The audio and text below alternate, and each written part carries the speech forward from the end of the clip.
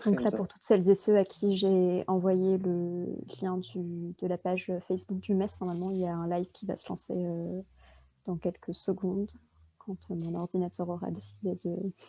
Mais je pense que ça s'est lancé, hein. Parce que ouais, nous, on voit l'icône en live. ok, parfait. Ben, là, c'est en train de commencer. Eh ben, bonjour à tous et merci d'être présents donc, pour cette table ronde qui se nomme Défi précarité, un enjeu international. Donc, je m'appelle Sébastien Cuneau, je vais représenter le MES Occitanie. Peut-être pour introduire donc la table ronde, le FRES, donc, qui a pour titre Le monde d'après d'une société précaire aux économies solidaires. Donc, ça s'inscrit aussi dans le contexte actuel avec la crise sanitaire. Et si on part du bilan de l'ONU donc sur l'impact de la crise sanitaire, on voit bien que Olivier De Schutter, donc qui est le rapporteur sur l'extrême pauvreté à l'ONU, précise qu'il va y avoir une augmentation importante du nombre de personnes qui vont passer sous le seuil de l'extrême pauvreté. Et c'est pour ça qu'on aimerait aujourd'hui travailler avec vous et réfléchir et que vous présentiez vos initiatives pour lutter contre la pauvreté. Donc au niveau de l'ordre de passage, le temps, il est divisé un peu en deux parties. Donc la première qui se nomme ici et là-bas, soutenir des écosystèmes solidaires pour relever le défi des précarités. Donc il va y avoir Madame Terrette pour Intaini et Andrea Caro. Ensuite, ce sera Guy Tramier du CROSI, puis Catherine Arribeault qui représente Artisans du Monde. Et dans un second temps, donc c'est ici et là-bas, faciliter les possibilités d'entreprendre dans les pays émergents, donc à travers trois initiatives, mais il n'y en a que deux. Donc Camille Quenat et Richard, donc, qui représentent la Banque africaine de développement, et Richard Pampi, donc du CIAD. Donc peut-être Gassim, si tu veux un peu plus présenter. Oui, bonjour à tous. Moi, je m'appelle Gassim Cherif, je suis journaliste exilé politique en France. Voilà, j'ai été invité à participer au débat et en même temps essayer de modérer, de distribuer la parole avec Sébastien. Et voilà, donc les initiatives, elles m'intéressent. Moi, je suis plutôt militant à Survie. Survie, c'est une association qui lutte contre la France-Afrique. C'est un peu, ça touche un peu de loin un peu le domaine de l'économie sociale solidaire. C'est-à-dire que nous sommes dans la critique plutôt de l'ingérence française en Afrique sous toutes ses formes, c'est-à-dire sur le plan économique, sur le plan politique, diplomatique, militaire. Voilà un peu ce qu'on fait à Survie. Et nous travaillons aussi avec des associations comme Attaque et autres. Voilà. Et je vois une personne d'Artisans du Monde qui est là parce que nous tenons les réunions mensuelles de Survie sont tenues dans les locaux de Artisans du Monde à Toulouse. Voilà, donc nous servons beaucoup aussi des travaux des associations comme Artisans du Monde et autres. Et voilà, dans les locaux du CIDES, le centre de voilà, documentation. CIDES, tout à fait, voilà, c'est ça. C'est bien de préciser, merci. Donc, Madame Terrette, si vous voulez commencer à présenter l'association Intaini et le projet du crowdfunding qui a été organisé avec le MES.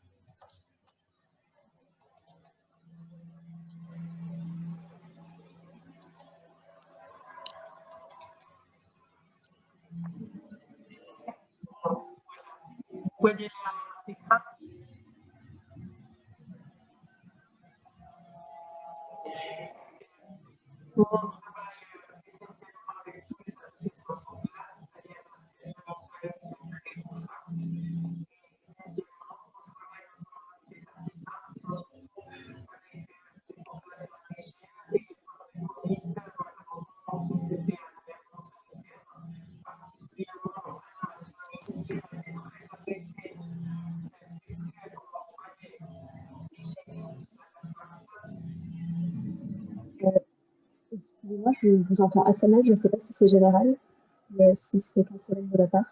Oui, je ne sais pas si vous pouvez vous rapprocher du micro, je ne sais pas quoi vous dire.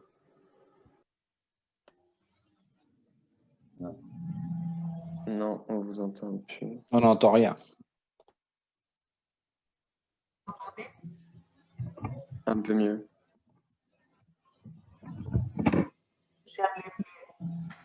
Vous entendez mieux comme ça? Oui. On travaille sur avec les populations locales, c'est une situation de cette situation locale sur place. Et dans ces cadres, dans le Covid, on avait fait une émergence sanitaire et avec les BS, On vous entend très mal là, madame. On vous entend pas du tout. Est-ce que vous pouvez mettre des écouteurs, par exemple, si vous avez des écouteurs?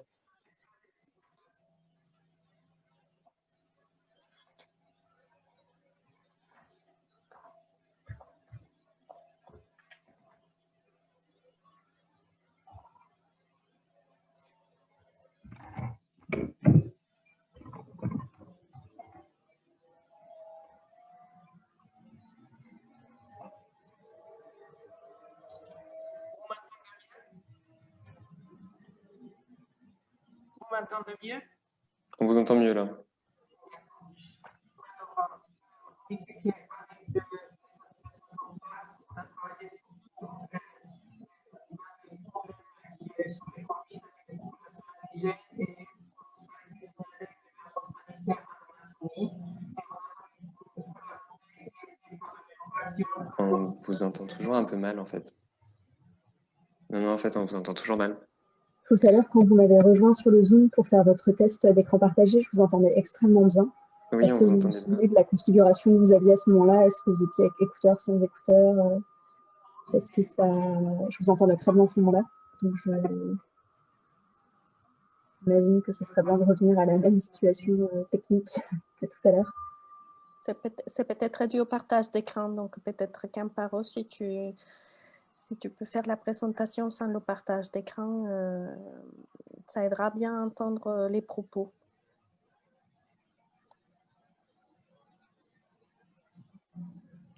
Ça y est? Vous m'entendez mieux? J'entendais mieux, oui. Oui, on vous entend mieux. Ouais.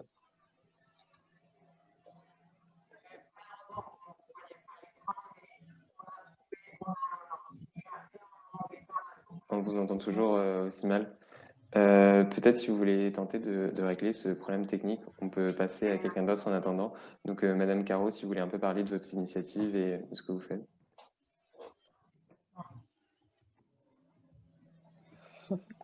Alors, je viens aussi en soutien avec Amparo, donc si elle passe tout de suite après moi, ça ira, sinon ça sera un peu dommage. Donc, j'espère bien que techniquement, ça va fonctionner. Donc, moi, je me présente avant tout, je suis colombienne, donc je suis aussi française, j'ai la double nationalité. Je t'ai invitée parce que la question de comment soutenir et quel lien entre le local et l'international, en tout cas pour des acteurs comme la Colombie, sont importants à plusieurs niveaux. J'entendais que ça serait aussi peut-être un sujet du débat plus tard et c'est intéressant du coup de l'identifier. Donc là, on parle dans le cas avec Inti Intani sur le crowdfunding nécessairement par rapport à l'Amazonie. La configuration de la Colombie est quand même assez particulière. Il y a dans la Colombie, il y a les 3 cordilleras des Andes. Et donc, les régions, ils sont nécessairement marquées par une géographie pas toujours facile d'accès. L'Amazonie, c'est vraiment la forêt. Il y a pas c'est pas comme quand on va ici des Montauban à Paris, on prend le train et en 8 heures on y est. C'est des zones difficiles d'accès et c'est une zone qui est très, très, très peu soutenue. C'est une zone de laquelle on extrait le bois, on extrait les connaissances, on extrait la biodiversité, on brevette la biodiversité, on extrait les savoirs ancestraux et en retour, il n'y a pas du tout du soutien, surtout dans des cas importants comme celui-ci, dans lesquels ils sont confrontés comme à plusieurs moments d'histoire à des épidémies et des maladies qui n'ont pas, qui sont sur lesquelles le corps immunitaire n'a pas la solidité suffisante. C'était vécu par le passé, hein, quand il y a eu la colonisation. Donc là, je parle des années très, très, très lointains. Du coup, beaucoup des indigènes sont décédés des maladies parce que le corps immunitaire n'était pas le même. Donc, on est confronté aujourd'hui à une Colombie qui en avait besoin d'aide, mais qui a eu besoin d'aide aussi par le passé dans le regard international par rapport au conflit et la violence. Donc, on a eu par moments, vous le savez bien, des tentatives de référendum, un travail, un processus ça fait 50 ans qu'on y cherche la construction de ce territoire de paix. Le référendum, il y a 5 ans, n'avait pas abouti, et c'est vraiment aussi les efforts de la rencontre des deux acteurs importants. Les communautés indigènes avec leur savoir-faire, qui à un moment donné, ils se disent, dans nos territoires, les peuples ont voté pour la paix, donc on va appliquer la paix, même si majoritairement dans le pays, ça n'était pas le cas.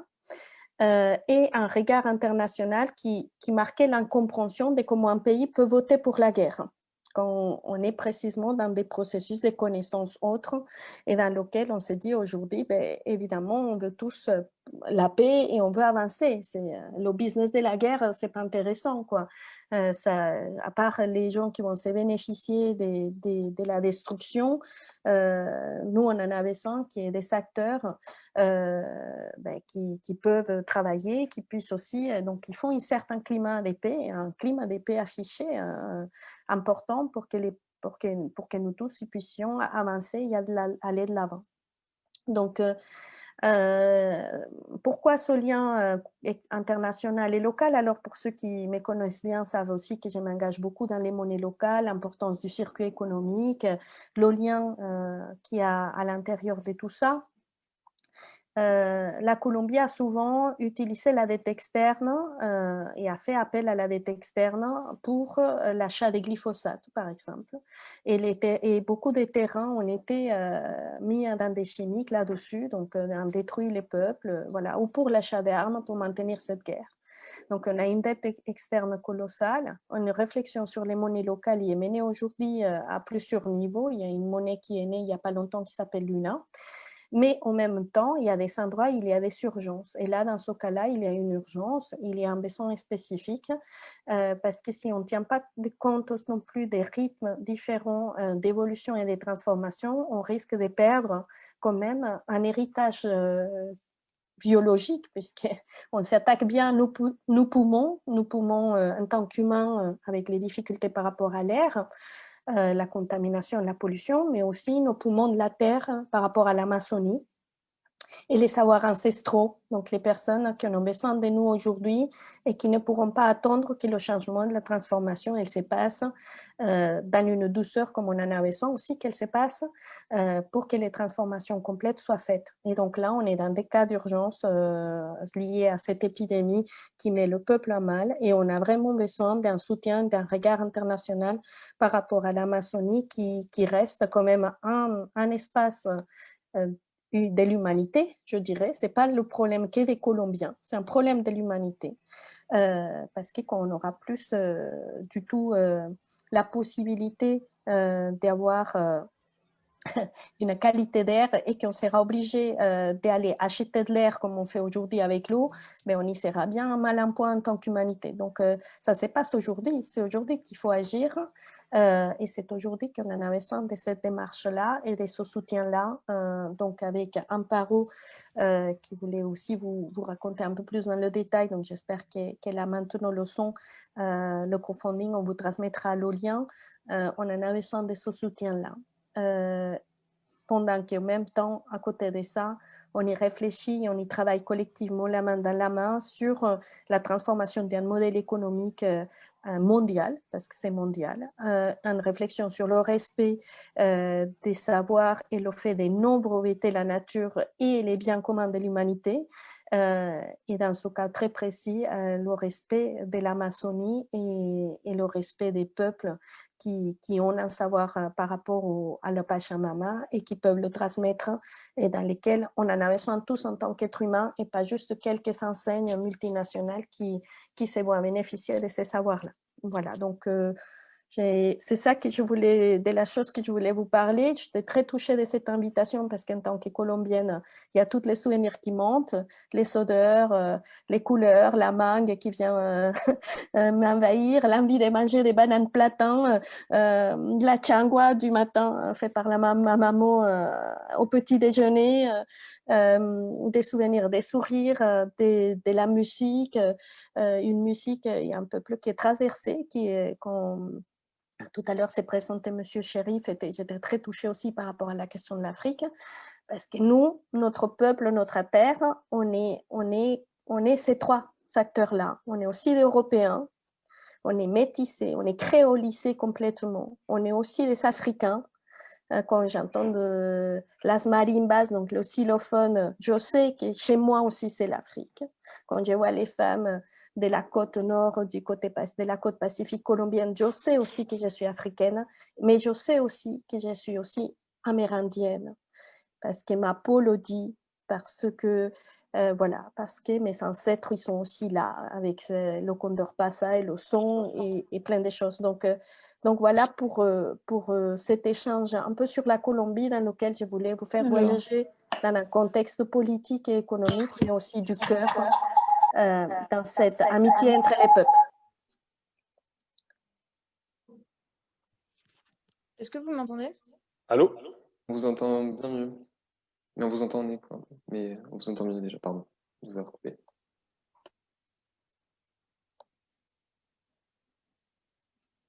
Voilà, donc je vous transmets sur le conversé le lien du crowdfunding, je le passerai aussi sur Internet et puis je donne la parole à Amparo pour qu'elle puisse vous raconter avec plus de détails cette partie-là qui est travaillée par l'association Antiani. En tout cas, merci pour votre présentation, Madame Caro. Et si après on a, est-ce que Madame Amparo a pu rétablir la connexion, pu résoudre? Oui, vous m'entendez? On vous entend très bien, oui. Ah, d'accord, très bien. Allez-y. Alors, on va partager l'écran parce qu'apparemment, ça s'est résolu.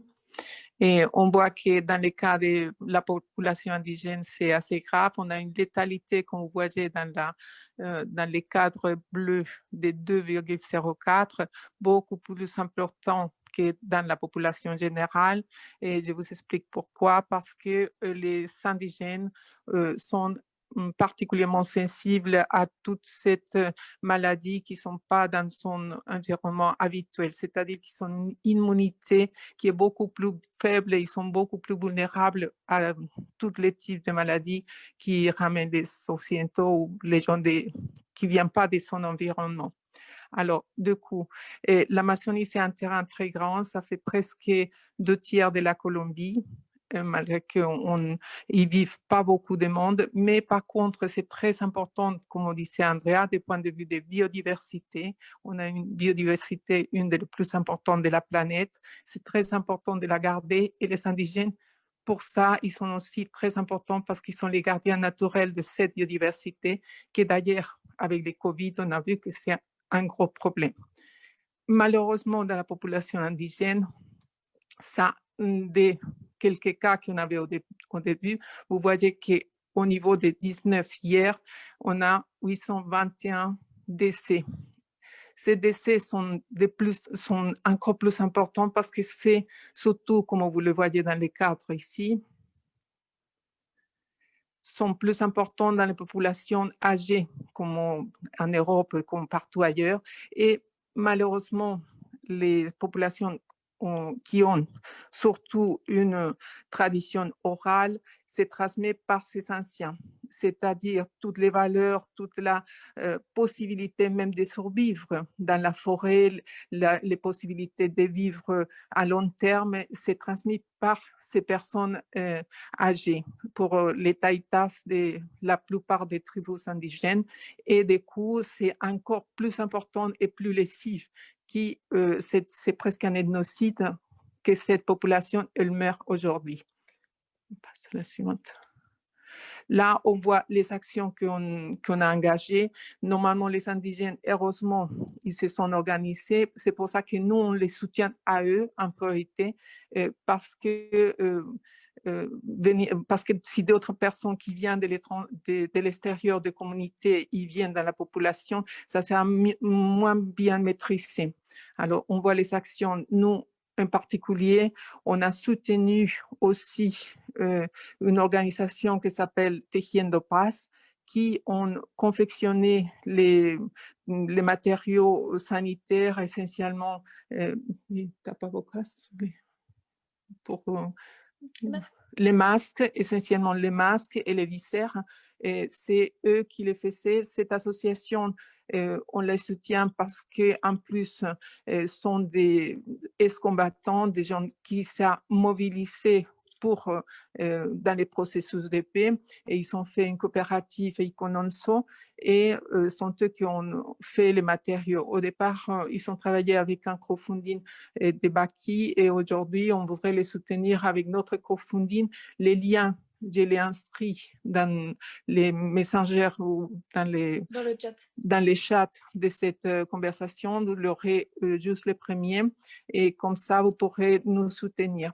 C'est vraiment très importante parce que la population indienne, malgré que ça ne soit pas nombreuse, elle est très importante pour la biodiversité et surtout pour le maintien de toutes les conditions de biodiversité je dirais, dans la planète. Il ne faut pas oublier que l'Amazonie, c'est un grand poumon, pas seulement pour nous en tant qu'Amérique latine, dans le sens où il y a plus de 9 pays qui recouvrent l'Amazonie, non seulement nos voisins, c'est-à-dire le Venezuela, le Brésil, le Pérou et l'Équateur, sinon en plus, on a aussi les Guyanes, particulièrement la Guyane française, et ils sont très impactés. Il faut dire aussi que c'est toute une région qui n'a pas vraiment de frontières, au contraire, ces frontières, ils sont assez perméables, et c'est pour ça que la maladie, ça s'est développé de manière assez importante, parce qu'au contraire des frontières, par exemple les fleuves naturels, les affluentes de l'Amazone, c'est plutôt, je dirais, presque les autopistes où les gens circulent, et malheureusement, ça a augmenté la possibilité de maladie, en tenant compte aussi que le Brésil, avec ses politiques de pas limiter beaucoup la maladie, ça a augmenté énormément. Il faut, on va voir les autres, auparavant, avant que ça, dans les dossiers. Ça? Oui. On monte. Encore. On va voir que les moyens qu'on a, ce n'est pas très important, c'est-à-dire on a par exemple une capitale avec 50 000 habitants, mais malheureusement, on n'a que seulement un hôpital public avec 17 lits. Dans ces lits-là, il n'y a aucun lit avec respirateur ou avec des soins intensifs. Il y a à peine une clinique privée avec 67 lits, avec 10 lits de ce qu'on appelle soins moyens, mais aucun des soins intensifs. Ça veut dire que les seules personnes qui ont été en soins intensifs, c'est celles qui ont transporté en avion jusqu'à Bogota ou dans les centres où on a pu très peu les soutenir. C'est pour ça aussi qu'on voit la quantité de morts qui est beaucoup plus importante que dans d'autres centres, déjà par la difficulté d'y arriver des centres de soins. Ici, on a le 12e port en la Colombie qui s'appelle Puerto Nariño, dans les fleuves de l'Amazonas, avec 10 000 habitants. Et il y a, ça c'était des statistiques de mai, 5 cas et 2 morts. Et bien sûr, il y a une registre des morts parce que les conditions c'était très difficiles. D'ailleurs, la personne qui faisait la géoréférenciation à un moment donné, elle était évidemment touchée par les Covid. Alors, les défis dans cette pandémie, vous voyez, c'est l'état de pas mal de locaux. Ça, c'est l'hôpital de Leticia. On a fait effectivement une réunion, tous les pays se sont réunis à Leticia, mais il n'y en a même pas eu de visite sur l'hôpital qu'il y avait à Leticia. Il faut dire que Leticia et Tabatinga, que c'est la la ville qui est à côté de Laetitia, qui fait une seule ville en fait. C'est une frontière absolument perméable et il a permis malheureusement de Tabatinga, du côté brésilien, une diffusion de la maladie assez importante vers la Colombie, puisque c'est là-bas que tout le monde va prendre tous ces denrées alimentaires, etc. Alors, nous, on espérait par cette présentation que vous serez sensible à cette problématique et que vous pourriez nous soutenir dans les crowdfunding qu'on a, dans les liens qu'on a donnés au-delà.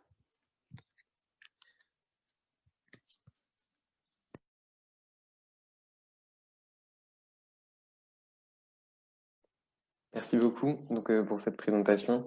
Donc, il y a le lien du crowdfunding dans le chat. Peut-être maintenant, on peut passer à Guy Tramier, donc pour le CROSI, pardon. Et si vous voulez présenter l'initiative dont vous m'avez parlé. Bonjour tout le monde. Oui, je représente ici le CROSI. Dans ce qui nous est demandé, relever les défis de précarité, un enjeu international.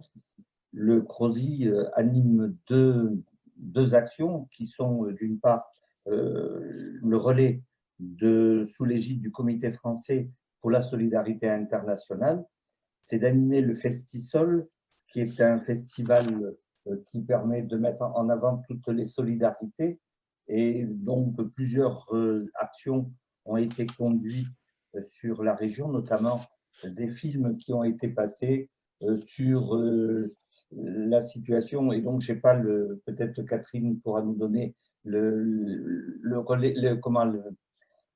site internet sur lequel on peut voir au moins les bandes annonces de toutes ces actions qui sont conduites et qui ont été mises en avant par le CROSI. Et il y a une deuxième action qui est conduite par le CROSI, qui est donc le collectif régional des organisations de solidarité internationale. C'est le festival alimentaire, dont voici la plaquette.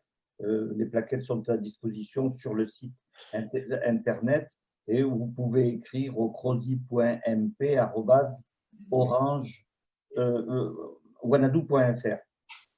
Voilà, je voulais donc présenter succinctement le CROSI qui donc conduit ces actions, mais je voulais aussi dire un petit mot d'un autre collectif qui s'est aussi engagé, et qui aide les personnes d'une certaine manière par le biais du FORIM, qui est le COSIM, qui est un collectif des organisations de solidarité internationale en faveur des migrants et qui apporte des possibilités de financement sur des projets comme celui que je vais vous dire en 2 mots, qui est la mise en place d'une coopérative agricole de femmes dans le nord-est de la Côte d'Ivoire, sous l'égide de l'association Aquamou, qui est conduite par un jeune migrant qui a écrit un livre, Revenu des ténèbres, et qui a eu comme action de mener dans son pays, dans son village, justement, essayer de sortir les gens de la précarité et de faire en sorte que les jeunes puissent être fixés et non pas partir comme on voit cette ruée de migrants qui, justement, en désespoir de cause, viennent chercher ce qu'ici on peut malheureusement pas trop leur donner. Voilà, donc cette coopérative de femmes a démarré. Les femmes se sont organisées pour mettre en place une agriculture coopérative. Nous avons été aidés par la région Occitanie qui nous a donné une aide pour que ces personnes démarrent cette action. Cette action est en cours, je la suis activement avec Kouamé, qui est le président de cette association, et c'est un petit peu, voilà, présenté d'une manière un peu rapide parce qu'on n'a pas trop de temps, mais je reste ouvert à vos questions, si des fois vous avez des questions complémentaires à poser. Voilà. Donc, je n'ai pas su faire passer, mais j'aurais pu peut-être passer une petite vidéo de l'action de ces femmes, mais je ne sais pas si je n'ai pas pu le manipuler à partir de chez moi. Voilà. Si vous avez des questions, c'était présenté un petit peu succinctement les actions qui sont conduites par le CROSI et le COSI. Je vous laisse la parole.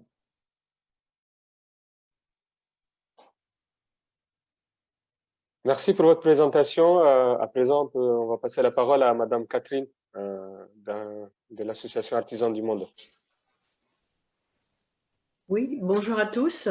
Bonjour. Donc, je suis bénévole à Artisans du Monde Toulouse et présidente du CROSI Occitanie, dont Guy a parlé, le collectif régional des organismes de solidarité internationale en Occitanie. Artisans du Monde, c'est donc une association de commerce équitable qui a démarré en France il y a 45 ans. Hein. On a déjà une expérience sur 45 ans. À Toulouse, on a démarré en 1990. Ce que je me proposais un peu de faire, c'était d'abord d'expliquer en quoi le commerce équitable, tel que nous le pratiquons à Artisans du Monde, c'est un outil de solidarité. Et dans un deuxième temps, de dire quelques mots d'un très beau projet sur le chocolat qui a été mis en place entre la France et le Cameroun. Rappeler que l'objectif général du commerce équitable, c'est de construire un modèle économique mondial juste en replaçant l'humain et la biodiversité au centre des préoccupations. C'est bien ce qu'on a vu avec les préoccupations sur la Colombie, sur l'Amazonie. On se rejoint tout à fait sur l'objectif général. Et le commerce équitable s'appuie d'ailleurs sur la Déclaration universelle des droits de l'homme, signée en 1948 par 58 pays membres des Nations unies, et qui dit notamment dans l'article 23 « Quiconque travaille a droit à une rémunération équitable et satisfaisante, lui assurant ainsi qu'à sa famille, une existence conforme à la dignité humaine. » Alors, le commerce équitable tel que nous le pratiquons à Artisans du Monde, nous avons 3 axes d'activité. Le premier axe, c'est bien sûr la vente de produits du commerce équitable dans le cadre d'une relation commerciale juste et durable. Le deuxième axe, c'est la promotion d'une consommation responsable par des axes d'information et d'éducation auprès de nos concitoyens, ici. Et le troisième axe d'activité, ce sont des actions de plaidoyer pour faire changer les règles et les pratiques du commerce international. Donc, on voit bien qu'il y a à la fois un travail avec des producteurs qui sont loin, il y a un travail ici auprès des consommateurs et un travail auprès des décideurs politiques et économiques au niveau national et international. Donc, je vais expliquer un peu de façon un peu plus détaillée. Le premier axe, donc, c'est la vente de produits alimentaires et d'artisanat équitable.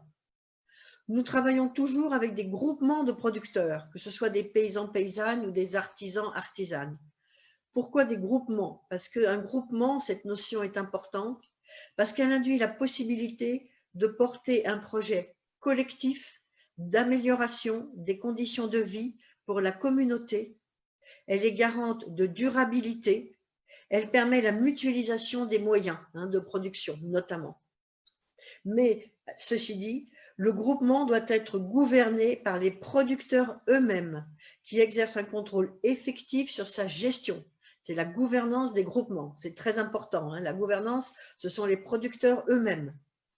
Pour les produits alimentaires, nous soutenons prioritairement des agricultures familiales et paysannes, engagés dans une agriculture agroécologique. Et notamment, c'est le maintien des cultures et des variétés agricoles traditionnelles locales, c'est le soutien aux actions de diversification, de transformation et de conditionnement locaux. Et donc, c'est une agriculture qui fournit du travail aux populations paysannes, contrairement à l'agriculture de plantation. Quant à l'artisanat, l'artisanat équitable, il est réalisé à 80% par des femmes qui sont souvent membres de familles paysannes. Et donc, ces femmes, par leur travail, apportent un complément de revenus aux activités agricoles vivrières. Par leur travail, elles augmentent les capacités d'investissement de l'exploitation agricole. Elles renforcent la sécurité alimentaire de la famille. Toutes les enquêtes que nous avons pu mener auprès de nos producteurs, auprès des groupements, ont montré que ces femmes artisanes retrouvent une place, une voix au sein du groupe familial, d'une part, donc elles retrouvent cette place, et que l'éducation des enfants se trouve fortement améliorée, que ce soit en termes de santé, de scolarité. Mais par ailleurs, Artisans du Monde s'est aussi engagé à soutenir des projets équitables ou solidaires dans les pays qu'on appelle du Sud ou chez nous au Nord. Dans les pays du Sud, nous soutenons les organisations de producteurs et elles sont de plus en plus en mesure d'assurer la transformation de leur production et des ventes sur leur marché local. Et dans la deuxième partie, je me proposais de dire quelques mots donc, sur ce projet France-Cameroun au sujet du cacao.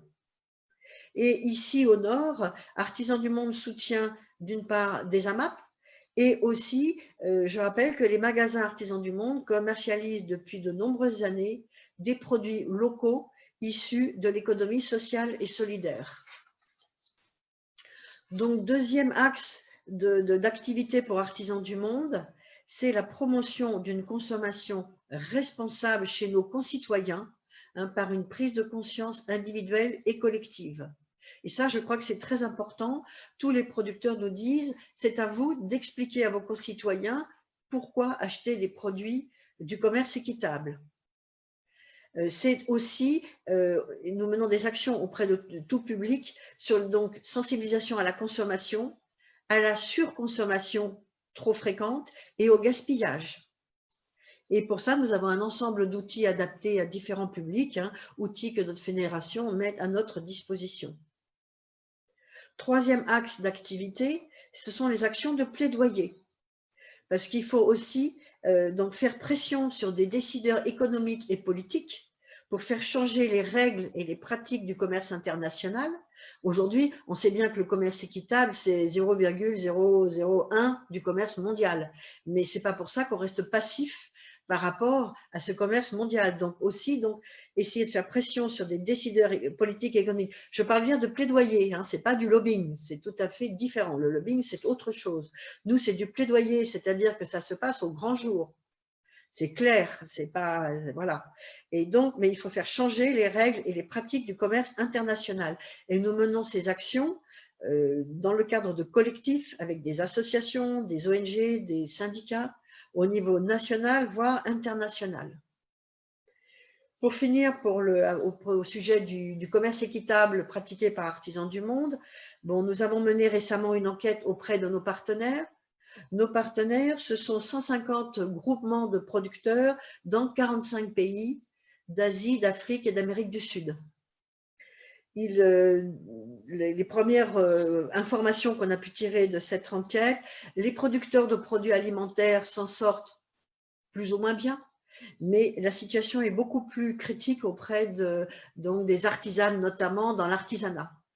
Aussi bien pour se fournir en produits que pour les vendre. C'est dans l'artisanat que la situation est la plus difficile et qu'on réfléchit avec nos partenaires européens de savoir comment les soutenir à moyen et long terme. Je rappelle que l'an dernier, le Liban, nos productrices, ce sont beaucoup des femmes qui produisent des produits alimentaires dans les groupements agricoles au Liban, et on a relayé depuis l'hiver dernier une collecte de fonds pour à la fois les coopératives agricoles, mais aussi soutenir les villageois qui étaient depuis 1 an dans des situations très très difficiles au Liban. Et puis, j'avais envie, dans une deuxième partie un peu différente, mais parler justement, Guy a évoqué ce festival alimentaire et vous parler d'un très beau projet sur le chocolat entre la France et le Cameroun. Donc, en fait, il est présenté dans un petit film de 45 minutes qui fait partie de ce festival alimentaire TE2RE que je vous invite fortement à aller visionner. Ce sont des films documentaires sur l'alimentation et l'agriculture. Ce festival a lieu tous les ans, mais cette année, donc il a lieu dans les établissements d'enseignement, notamment l'enseignement agricole, et ça fonctionne aussi cette année, mais habituellement il a lieu aussi dans des salles, dans des cinémas et des salles associatives, et donc ça c'est pas possible cette année, et donc en fait, tous ces films, les 8 films présentés sont visibles en visio en permanence, il suffit de cliquer sur alimentaire TE2RE et vous aurez, avec le système Imago, accès à aux 8 films qui sont présentés et qui sont très intéressants. Et je voulais un peu faire un focus sur, donc c'est le CFSI, hein, le Comité français de solidarité internationale, qui sélectionne tous les ans des films pour ce festival qui a lieu tout le mois d'octobre, mi-octobre et au mois de novembre. Artisans du Monde est bien sûr membre de ce comité, et au niveau régional, c'est le CROSI qui relaie pour Midi-Pyrénées ce festival. Et il y a un petit film de 45 minutes qui s'appelle Keka Wongam, notre cacao, histoire d'un chocolat éthique, qui est particulièrement motivant. Il montre la naissance d'un atelier de transformation du cacao en chocolat à Ebolowa au Cameroun et la mise en place d'une filière éthique locale. Donc, ce projet cacao a été monté en coopération entre un établissement d'enseignement professionnel agricole situé à Nantes et un collège régional d'agriculture, le CRA, situé à Ebolowa au Cameroun. Le film retrace les étapes du projet qui a duré, enfin, la mise en place du projet sur 4 à 5 ans. C'est pas un clic là, hein. C'est un peu plus qu'un clic. On pourra voir comment, sur cette période, les relations se tissent progressivement entre les élèves et les enseignants du lycée nantais et les membres du CRA d'Ebolowa. Comment le projet s'élabore progressivement dans un processus de co-construction qui valorise aussi bien les élèves nantais que les agriculteurs camerounais. Je ne vais pas entrer dans les détails du film, hein, je vous incite à aller le voir, mais on voit que la première étape a été d'améliorer la qualité des fèves de cacao en faisant évoluer les pratiques de l'agriculture locale. Puis vient la transformation du cacao en chocolat et la fabrication de tablettes de chocolat prêtes à être vendues. Ce qu'il faut savoir, c'est que la transformation du cacao en chocolat est un processus complexe à étapes multiples. C'est beaucoup plus complexe que la transformation du thé ou du café, hein, du champ à la tasse. Les machines nécessaires ont été fabriquées sur place par des artisans locaux. La vente des tablettes est faite à Ebolowa. Ce n'est pas un projet d'exportation, hein, mais bien un projet local. À son départ, le projet ne portait pas l'étiquette ou le label commerce équitable, mais finalement, il en a toutes les caractéristiques. Et les instances politiques locales ont apporté leur appui, que ce soit le conseil régional local ou le ministère de l'Agriculture camerounais, et qui ont reconnu les qualités du projet. Et maintenant, le projet se poursuit par la mise en place, la création d'un centre de formation qui a vu le jour à Ebolowa pour diffuser le savoir-faire acquis par les agriculteurs camerounais et ouvrir ce savoir-faire à d'autres productions agricoles. Je ne peux que vous inciter à aller voir ce film, donc Keka Wongam, dans le cadre du festival alimentaire, avec le soutien d'Imago pour l'aspect technique. Excusez-moi, Madame Catherine, merci pour votre présentation, mais le temps il file. Oui, mais j'ai fini. Je vous remercie. J'ai fini. Tout à fait. Voilà, nous allons revenir sur des questions plus précises, voilà, parce qu'il y a un deuxième temps aussi qui va s'enchaîner. J'ai fini. Du coup, voilà, j'aimerais vous poser une question à toutes les associations. En tout cas, merci pour vos différentes présentations. Et ma première question, elle est simple.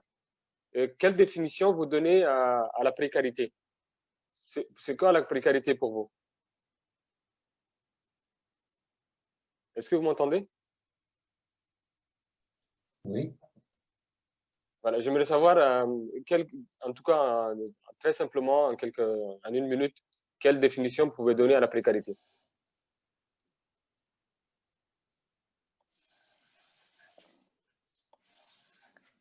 Moi, je dirais que dans la précarité, il y a effectivement une première partie qui est à pouvoir boire, manger, respirer, voilà, tranquillement, que l'air reste un bien commun, que l'eau soit du bien commun, que la terre où on habite soit respectée. Mais je dirais qu'il y a aussi une deuxième précarité qui est la précarité du cœur, et celui qui ne s'est pas partagé ou qui n'a pas une envie, une respect de soi-même et de l'autre, de ce lien avec tout ce qui nous entoure. Voilà, c'est cette précarité aussi qui m'intéresse aujourd'hui. Merci. Pour moi, la précarité, je vais m'appuyer sur un exemple qui est celui que j'évoquais de l'organisation de ces agriculteurs et agricultrices dans ce pays de Côte d'Ivoire, qui a été constaté, c'est qu'il y avait des négociants qui venaient de la capitale pour acheter les produits aux agriculteurs et il n'y avait aucune négociation sur le prix. C'était tel prix et puis on n'en parle pas. Et le prix qui était proposé par les personnes ne permettait pas aux familles de vivre aux gens de vivre décemment et de vivre de leur production, ce qui a découragé pas mal de personnes et notamment des jeunes qui donc ont fui pour aller rechercher effectivement de quoi effectivement manger. Donc la précarité, moi, elle vient du fait que l'organisation qui doit permettre aux gens de vivre du produit de leur travail, de vivre de leur environnement d'une manière de manger, et puis d'avoir des relations, je veux dire, qui soient correctes, qui fait qu'ils sont privés de ce besoin et qu'ils ne peuvent pas, la première des choses, c'est manger correctement. Et donc, c'est la raison pour laquelle on a, Kwame a monté cette organisation qui fait que ce sont eux-mêmes qui vont s'organiser pour aller alimenter les marchés en disant, ben voilà, on vend le produit et au moins ce que nous vendons nous permet au moins de vivre décemment. Très bien. Je dirais que, est-ce que je peux ajouter que, oui, outre le fait de ne pas pouvoir correctement se loger, se nourrir, se soigner, se former dans des conditions, je dirais, normales, je rajouterais aussi un point, c'est cette impression de ne pas avoir d'avenir. No future, ça je crois que c'est aussi un fondement dramatique quand on a l'impression que ça ne s'améliorera pas et qu'on n'a pas d'avenir là où on est. Et nous, justement, le mot durable, il a un sens quand on noue une relation. Hein, c'est une relation qui est durable. Et je crois que quand on n'a pas une perspective d'avenir, c'est le pire aussi. C'est aussi un facteur important de précarité. D'accord. Est-ce que Madame Amparo a quelque chose à rajouter, à dire? Oui, vous m'entendez? Oui, je vous entends, oui. D'accord. Et normalement, la précarité ou plus largement la pauvreté, ça mesurait avec les indices des Gini, etc. En donnant plutôt un chiffre de $ par jour, si je ne me trompe pas. Et c'est une définition assez étroite. Et on les voit aujourd'hui. D'ailleurs, nos ancêtres, nos indigènes, et leurs messages, mis à part son affection particulière pour l'histoire des Covid, il dit que c'est un message qui donne la planète. Je pense qu'il faut aussi entendre plus largement la précarité comme une relation avec l'autre et avec la planète aussi. Et le Covid, il est là pour nous le rappeler. Merci. Le temps, comme je l'ai dit tantôt, le temps il file. J'ai une question par rapport à vous, en tout cas au projet que vous menez en Colombie. Est-ce que l'État colombien vous soutient dans votre projet? Donc voilà, donc ça peut être une question valable à l'association Artisans du Monde ou autre dans leur intervention en Afrique. Donc, quelle est la position des États, les positions en tout cas des États vis-à-vis de vos projets respectifs? Et après, j'enchaîne avec une autre question, vous pouvez enchaîner directement. Ça, c'est une question qui concerne les populations locales elles-mêmes. Est-ce que, à travers vos actions, est-ce que vous participez avec la population locale à un changement de paradigme réel ou vous vous inscrivez, je ne sais pas, parce que là, par exemple, moi je viens de l'Afrique, ce que je vois en Afrique, il y a beaucoup de ONG qui pullulent en Afrique, qui viennent en termes d'aide de développement et autres. Et de mon point de vue, ça participe aussi à une forme d'assistanat, une forme d'infantilisation de populations locales. Donc, est-ce que vous, pour vous, dans votre manière, dans votre approche, vous participez avec les populations locales à un changement de paradigme réel, c'est-à-dire une prise en main des populations locales de leur destin, de leur propre quotidien, ou c'est quelque chose qui reste toujours en marge? Voilà, donc je ne sais pas si ma question elle est claire. Voilà. Est-ce que vous pouvez répondre à cette question? Disons que, en tout cas, ce qui nous concerne, l'association INTA-INI et puis l'approche qu'on privilégie par rapport à les relations avec ce que vous appelez les autochtones, c'est surtout ça. Je pense que ce qui fait la différence dans notre association, c'est ça aussi. On donne la priorité à ces besoins, c'est eux qui nous demandent et c'est nous qui répondons. Et je pense qu'il faut construire en bas en haut et pas l'inverse. Et malheureusement, quand on construit à l'inverse, des fois, ce sont des solutions qui ne sont pas durables ou qui se perdent dans le temps. Par contre, quand on demande aux populations, déjà, ils ont une approche beaucoup plus précise. D'ailleurs, par exemple, les cadres, du moins les craintes que j'ai partagées les premiers, c'est un système de géoréférenciation fait par les propres indigènes.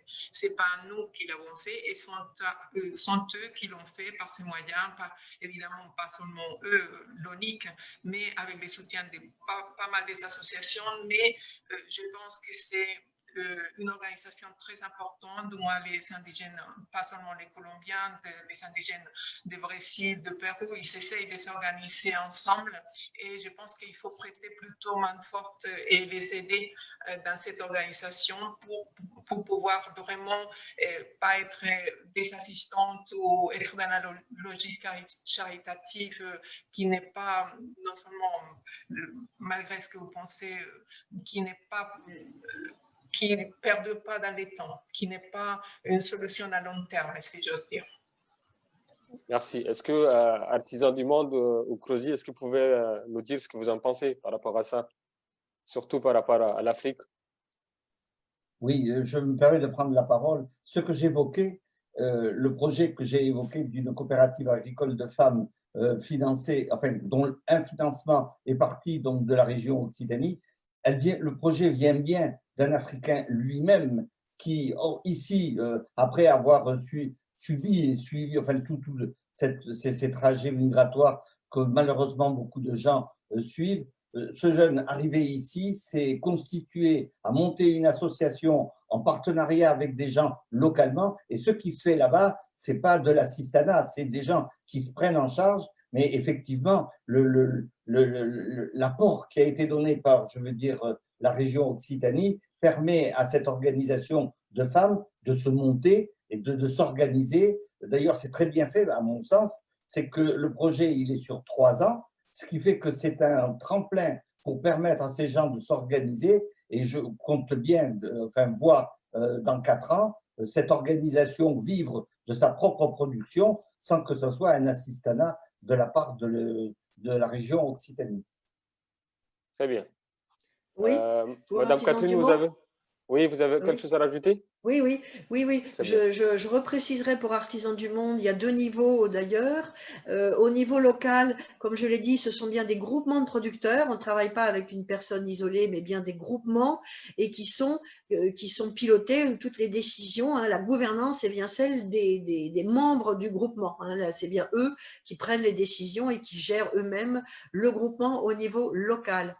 Et au niveau international, l'Association mondiale du commerce équitable, WFTO, qui édite les règles du commerce équitable, excusez-moi, dans WFTO, le groupement international du commerce équitable, les producteurs sont majoritaires. Et ça, c'est important de le rappeler. C'est eux, donc, qui édictent les règles qui s'appliquent au commerce international. Ils sont majoritaires et c'est eux qui édictent les règles. Donc, aussi bien au niveau local qu'au niveau international, ce sont les producteurs qui sont les décideurs. Aussi bien le fonctionnement local que les règles du commerce équitable au niveau international. D'accord. J'ai une autre question qui est adressée à toutes les associations. Par exemple, par rapport aux bailleurs, les financements que vous recevez, est-ce que les personnes qui vous financent, elles ont un droit de regard par rapport à ce que vous faites sur le terrain? Est-ce qu'elles vous disent de faire ça ou voilà, il y a des choses qu'ils vous interdisent ou d'autres qui vous autorisent? Comment ça se passe au niveau de bailleurs de fonds? Pour ce qui est du bailleur de fonds, la région Occitanie, moi je pense que c'est très bien organisé.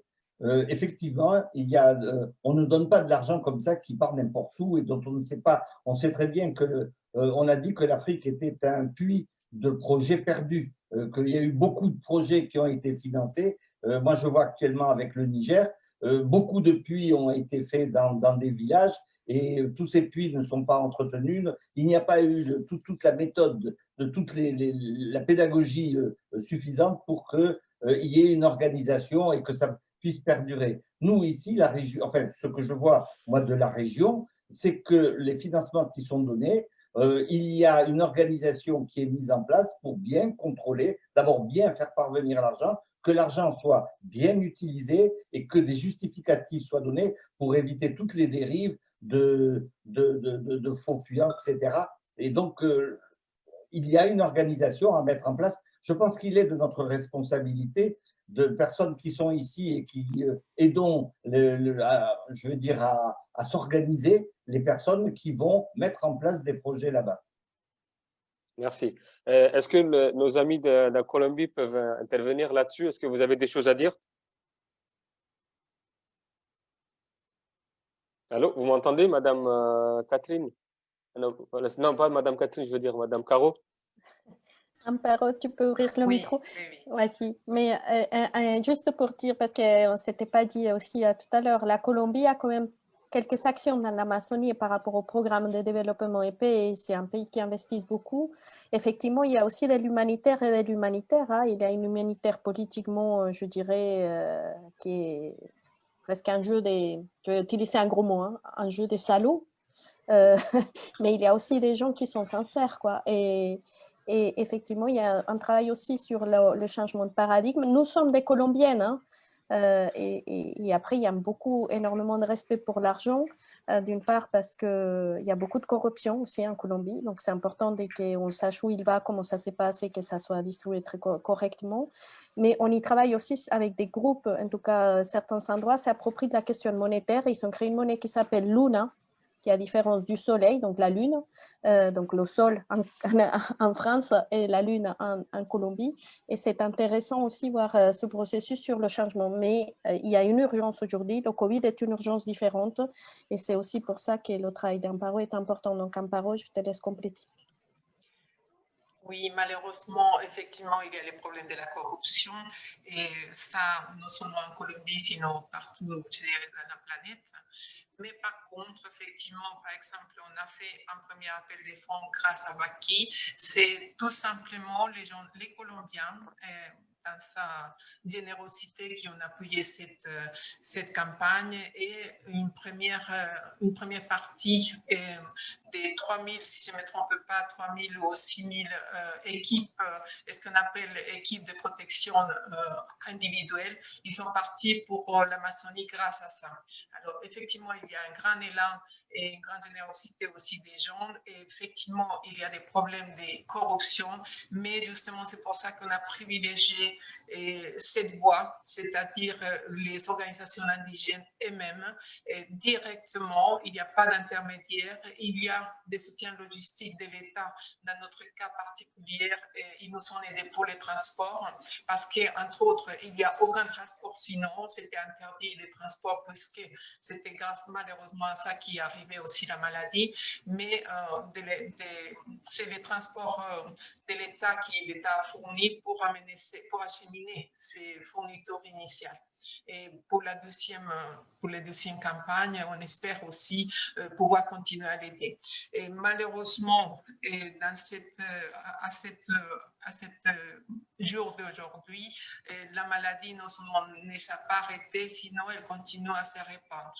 Alors, du coup, c'est pour ça qu'il y a vraiment une urgence d'action, même aujourd'hui, qu'en Europe, bon, ça, c'est plus ou moins passé. On est sur une deuxième vague, mais pas dans la même létalité que dans la première vague.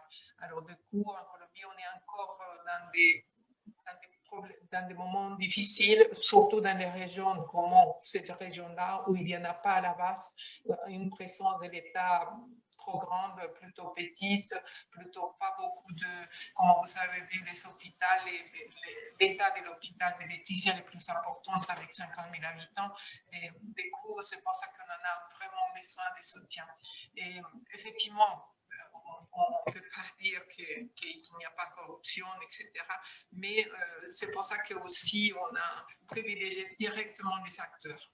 On ne passe pas par des intermédiaires.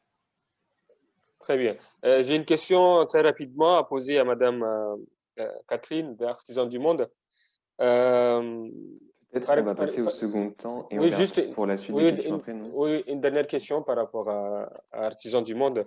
Vous avez parlé de changement de mode de consommation au niveau français. Est-ce que vous voyez un réel changement? Comment vous percevez ces changements de mode de consommation? Parce que moi, quand j'observe la situation, c'est que les pays du Nord, les populations en demandent, ils demandent encore la consommation. Les gens, en France, ils ont manifesté par rapport à l'augmentation du prix de l'essence et autres. Donc, la consommation, elle est toujours là. Et ça a un impact sur les pays du Sud. Et donc, comment, à votre niveau, comment vous percevez la situation? Est-ce que les gens changent de mode de vie de consommation ou qu'est-ce que vous avez à dire par rapport à ça? Oui, je crois que nous, on le voit par rapport à la clientèle du magasin. On a des clients fidèles, hein, des militants, hein, mais on a de plus en plus aussi chez les jeunes qui viennent soit en client, soit en stagiaire, soit en bénévole, qui sont intéressés à la réflexion sur leur consommation. Je crois que ça se diffuse. Je ne peux pas dire que c'est général, mais quand même, et chez les jeunes, on voit une prise de conscience qui se développe. Bien sûr, ce sont des mouvements plutôt lents, hein, mais qui sont bien là.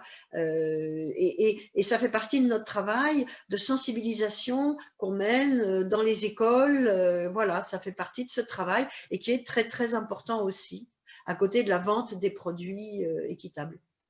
Et je précise aussi que vous produisez aussi, vous écrivez des livres, vous écrivez des choses, vous avez Oui, on a une alors. production intellectuelle, voilà, très Voilà. importante. Alors, autant nous, on n'envoie pas de fonds, on achète les produits, mais on n'envoie pas de fonds, hein, on n'envoie pas d'argent là-bas.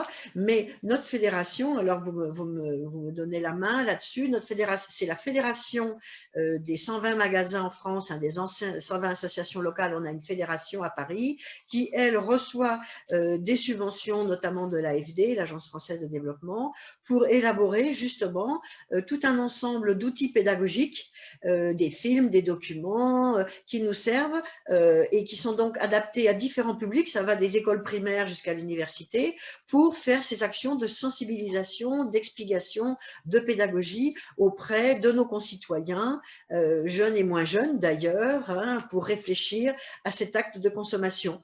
Et avec le slogan pouvoir d'achat, devoir d'action. Merci. Voilà, nous avons pris un peu de retard. Nous allons passer à la deuxième étape. Donc, si Madame, la deuxième thématique, ici et là-bas, faciliter les possibilités d'entreprendre dans les pays émergents. Est-ce que Madame Camille Quenard est disponible pour nous entretenir sur ce que vous faites à la BAD? Oui, je suis là. Je vais essayer de partager mon écran. Alors, attendez, je tente. Ouais. Alors, est-ce que ça va fonctionner? OK. Vous m'entendez bien? C'est bon, le son? Oui, on vous entend bien.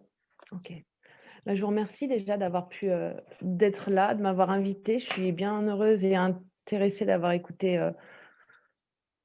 de vous avoir écouté ce matin. Ça montre bien les difficultés qui existent, mais bon, ça laisse aussi entrevoir des possibles. Donc, ça reste encourageant, je trouve. Il faut le prendre de manière optimiste. Donc, moi, je travaille à la Banque africaine de développement. Donc, c'est une banque multilatérale de développement. On m'a demandé d'expliquer un petit peu ce que c'était parce que ce n'est pas toujours très limpide. Et puis, ça peut être très connoté parfois, pas forcément de manière très objective. Donc, moi, je suis experte genre pour les projets liés à l'énergie renouvelable et au changement climatique. Donc, changement climatique, ça englobe beaucoup de choses, mais je travaille surtout sur les projets d'agroécologie et d'agroforesterie. Et donc, en fait, un spécialiste genre, en France, le mot genre aussi est un petit peu aussi, enfin, pas forcément compris comme dans le monde anglophone. L'idée, c'est de contribuer à réduire les écarts entre les femmes et les hommes. Donc, que ce soit les écarts d'accès aux droits, aux recours juridiques, au foncier, à l'emploi, aux soins, aux ressources en général, qu'elles soient énergétiques, l'eau, etc., par des mesures incitatives en fonction de la réalité du terrain, en fait, qui évidemment est propre à chaque projet ou programme. Et donc, le but, c'est de permettre l'autonomisation économique des individus, que ce soit des hommes ou des femmes, au travers d'emplois salariés et ou d'entrepreneuriat. Alors, les banques de développement, je vais faire juste une brève définition et puis juste ses rôles principaux. Donc, c'est des institutions supranationales qui sont fondées par des États et donc c'est les États qui en sont actionnaires. Donc, les mandats de ces banques, évidemment, reflètent les politiques d'aide au développement et de coopération qui sont établies par les États. Et à la différence, en fait, des banques bilatérales, l'aide multilatérale, elle correspond aux montants qui sont versés par les États aux organisations internationales, comme par exemple les Nations Unies, la Banque africaine de développement, la Banque mondiale, etc. Et qui bénéficient, évidemment, in fine, à des pays qui sont dits en développement. Bon, c'est un grand débat, ce terme-là aussi. Ce n'est pas le sujet, mais c'est l'acception qui est donnée. Donc, parmi les rôles principaux en fait, des banques de développement, donc il y en a deux. Il y a un rôle de bailleur de fonds et un rôle d'assistance technique. Donc, le but des banques, c'est évidemment de favoriser le progrès économique et social dans les pays en développement, en finançant des projets, en soutenant des investissements et en générant des ressources financières au profit de la population. Et donc, ce sont des banques qui ont la possibilité de lever des gros volumes de fonds pour financer les prêts qui sont demandés par les États. C'est toujours à la demande des États. Donc, ce sont des institutions qui peuvent se projeter sur le long terme et qui orientent l'économie des États, parce que même si c'est une demande de l'État, il y a toujours un mécanisme réciproque, évidemment. Et donc, ils essaient d'orienter, en fait, les économies des États vers l'atteinte des objectifs de développement durable qui sont recommandés par les Nations Unies. Donc là, pour prendre juste l'exemple de la Banque africaine de développement, donc le siège est à Abidjan, en Côte d'Ivoire. On en parlait tout à l'heure pour un projet de coopérative de femmes. Donc ça date des années 60. Ça a été créé en 64, donc par un ensemble de pays membres régionaux. Donc les pays membres régionaux, c'est-à-dire tous les pays membres du continent africain, et des pays membres qui sont non régionaux, en fait, qui viennent d'Asie, d'Amérique du Nord, d'Amérique du Sud, d'Europe. Il y a 80 pays membres, pour information, 54 en Afrique et 27 hors Afrique.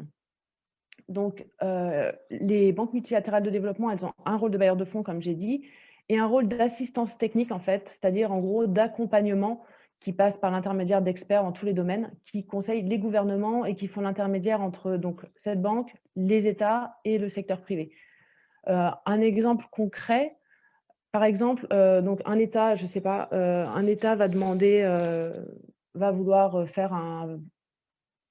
avoir besoin de fonds pour un projet d'énergie renouvelable, on va dire des kits d'installation solaire individuelle pour des villages, au Mozambique, par exemple. Donc, l'État du Mozambique va contacter plusieurs institutions financières pour avoir un prêt et ou un don. C'est comme nous, particuliers, en fait, quand on veut acheter quelque chose, c'est la même chose.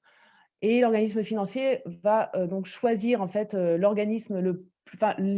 l'État, va choisir l'organisme financier le plus compétitif et lui donner le marché. Donc après, l'institution, admettons la Banque africaine de développement, ça peut être autre chose, ça peut être l'AFD, comme on a mentionné tout à l'heure. Elle va mettre à disposition une équipe d'experts, en fait. Donc c'est là le rôle d'assistance technique. Donc ces experts, il y en a dans tous les domaines. Il y en a dans la gestion financière, dans le domaine juridique, environnemental, social, dans le domaine du genre, de la fragilité, énergie, tout. Et donc, suite à l'étude de ce projet théorique, en fait, les experts se rendent sur place ensuite pour plusieurs missions tout au long du cycle du projet pour voir si, en fait, leurs recommandations sont conformes à la réalité spécifique du terrain. Alors, oui, les financements auprès des banques multilatérales de développement, ça, des fois, c'est un petit peu opaque. Il y a on est contacté par énormément d'ONG. Moi, j'ai travaillé en ONG au préalable, notamment. Et c'est vrai qu'on a beaucoup d'appels d'ONG ou d'organisations intergouvernementales aussi qui nous demandent comment est-ce qu'on peut avoir des fonds. Donc, en fait, il y a plusieurs mécanismes. Il y a un mécanisme direct et indirect, donc via des appels d'offres. J'essaie d'être brève, j'ai envie de vous dire plein de choses, mais je ne voudrais pas que ce soit long. Donc, il y a un mécanisme d'appel d'offres direct. Donc, ça, c'est émis par les différents fonds des banques de développement et par les fonds qui sont hébergés au sein de ces banques. Donc, pareil, c'est comme les experts, il y en a dans tous les domaines. Il y a des fonds dédiés au changement climatique, à l'agriculture, aux infrastructures, à l'éducation, etc. Seulement, ces appels d'offres directs, en général, ce sont des structures. Alors, je dis structure, ça englobe ONG, OIG, ESS, mutuelles, associations coopératives. En général, ce sont des structures qui vont être qui auront déjà travaillé avec la banque. Donc, comment y rentrer une première fois, c'est toujours la question. Ou qui auront été référencés par la banque. C'est-à-dire que chaque banque dispose d'un service qui est souvent nommé société civile et qui représente en gros toutes les structures que j'ai citées, ONG, OIG, ESS, etc. Et donc, ce sont des structures qui ont acquis une certaine légitimité, qui ont déjà monté des projets qui ont fonctionné, qui ont des projets qui ont fonctionné, mais surtout qui ont pu rendre compte que ces projets ont fonctionné, en fait, qui ont pu assurer un suivi, une évaluation quantitative et qualitative, prouver en fait que ça a marché. Donc ça, c'est le premier biais, donc les appels d'offres directs pour ces structures. Et l'appel d'offres indirect, ça va être pour toutes les autres structures en fait qui ne sont pas dans la base de données des banques en fait et qui auront des difficultés à prétendre à l'appel d'offres direct. Donc c'est comme un système de sous-traitance avec les structures qui bénéficient déjà d'antécédents avec les banques. Par exemple, je ne sais pas, pour un projet d'eau et d'assainissement, il peut y avoir des activités, il y a toujours des activités périphériques en fait dans les projets principaux des banques. Donc, il peut y avoir des activités périphériques sociales et il peut y avoir besoin de structures donc, qui n'ont pas d'antécédents avec la banque, qui ne sont pas référencées par ces banques, mais des structures qui vont mettre en place des projets, projets périphériques, ça me semble assez juste comme expression. Par exemple, ça peut être un projet de création d'une SCOP pour encadrer un projet d'agroécologie. Ça peut être des activités de sensibilisation. Je parle de mon domaine sur les violences basées sur le genre. Ça peut être des activités en fait, qui sont déclinables selon les intérêts des structures. Concernant l'entrepreneuriat, alors parmi les nombreux projets et programmes soutenus par les banques, l'entrepreneuriat est très important puisqu'en fait, c'est un vecteur d'autonomisation économique et donc de diminution de certaines précarités, comme ce qu'on a évoqué tout à l'heure, pas toutes, mais au moins la précarité économique, ce qui n'est pas rien pour prétendre à limiter d'autres précarités, notamment sociales.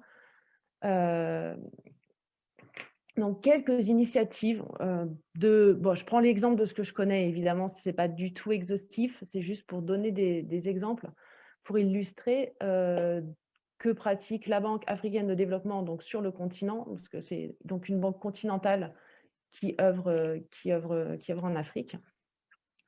Alors, il y a un fonds qui est destiné, alors il n'y a pas de traduction en fait pour ce fonds, alors je vous ai laissé l'acronyme. Donc c'est un fonds qui est destiné aux jeunes qui souhaitent démarrer un projet considéré comme innovant, donc selon les critères qui sont énoncés sur le site de la banque. Quand vous tapez cet acronyme-là, il y a toutes les informations. D'autres initiatives, il y a AgriPitch. Alors ça, c'est un forum de jeunes agriculteurs entrepreneurs africains qui comporte un concours qui met en relation donc, les entreprises africaines dirigées par des jeunes avec des investisseurs. Et donc, il se focalise, par exemple, celui-ci, sur les thèmes de la nutrition, de l'égalité de genre et de l'inclusion sociale.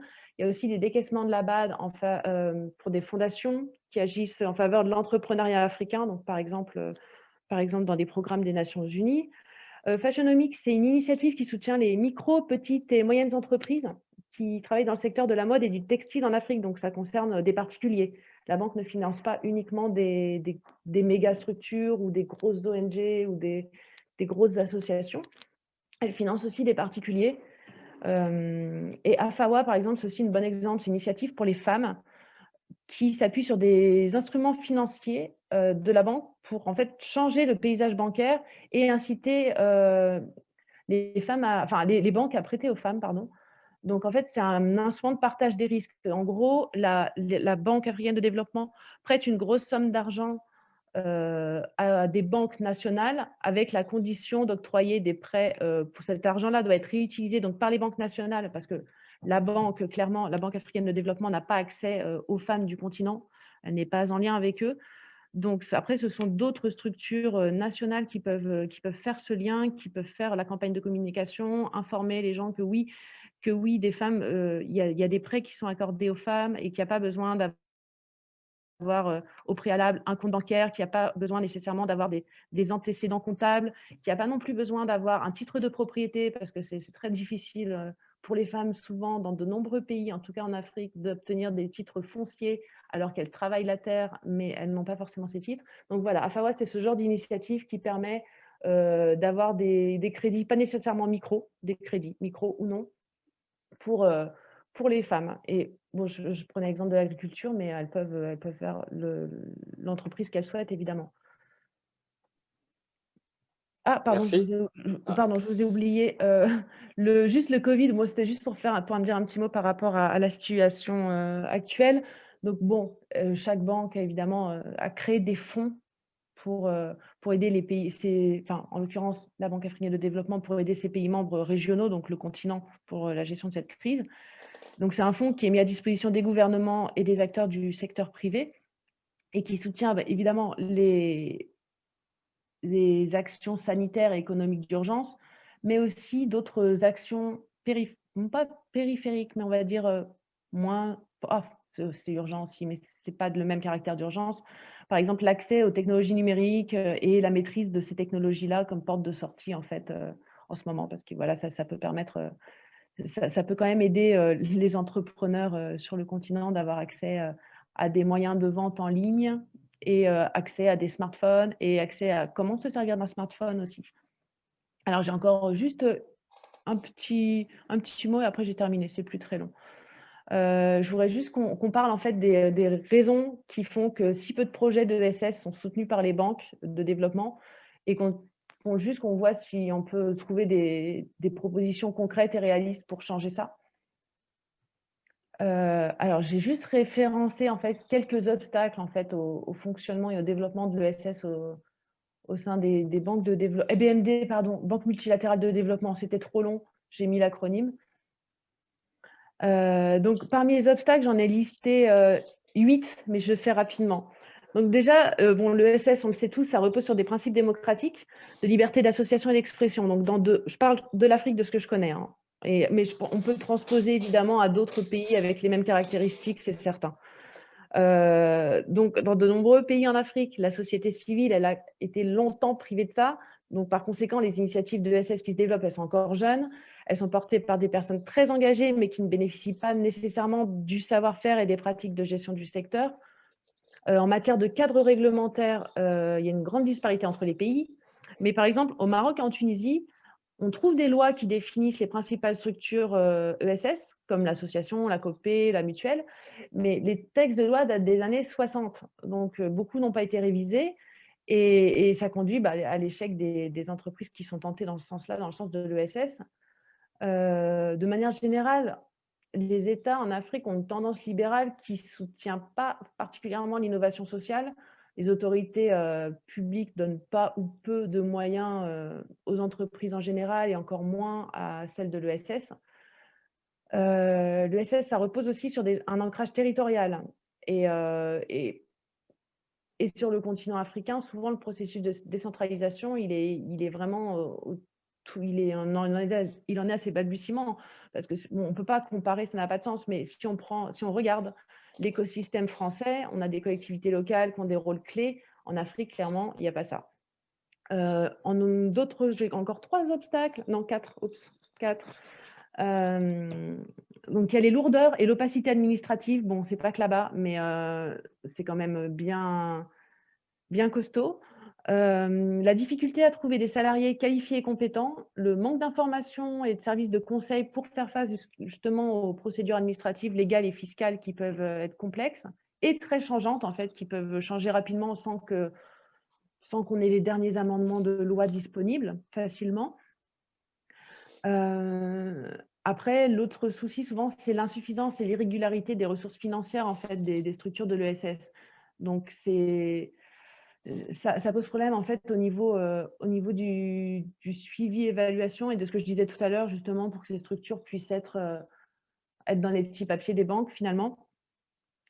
Et enfin, le problème de dissémination, le manque de reconnaissance donc par les partenaires publics, avec des expériences difficilement rééditables, en fait, ce qu'on a pu voir en tout cas. et qui manquent de durabilité.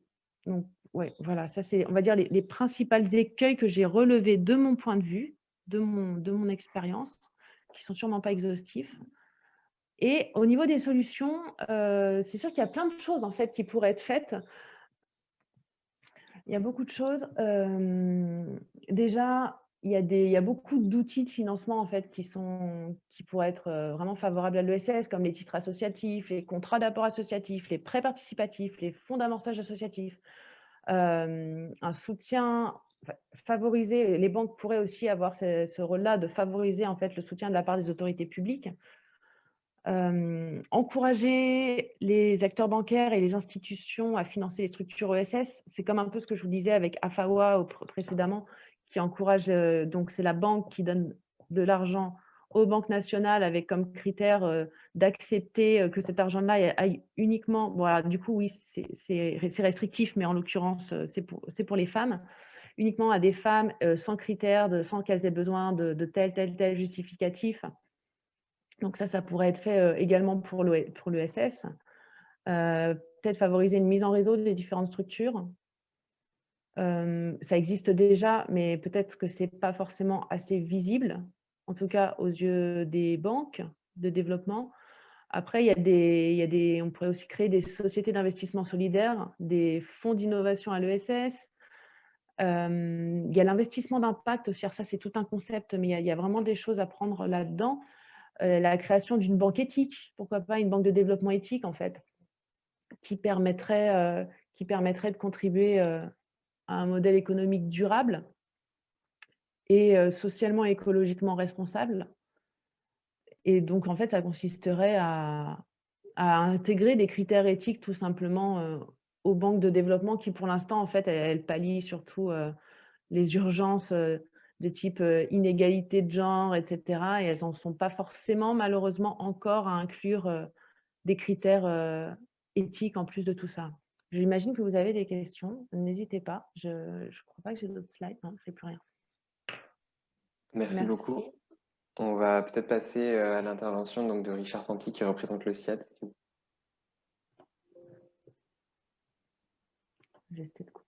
Oui, bonjour. Donc, je vais faire un partage d'écran. Je ne sais pas quel temps il nous reste. Allez-y, vous pouvez prendre. Bon, vous voyez l'écran? On vous voit très bien. C'est pas moi qu'il faut voir, c'est l'écran. Attendez.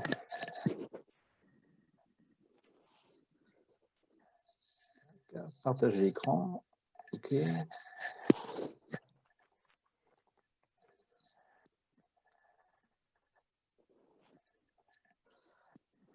C'est bon, vous voyez l'écran?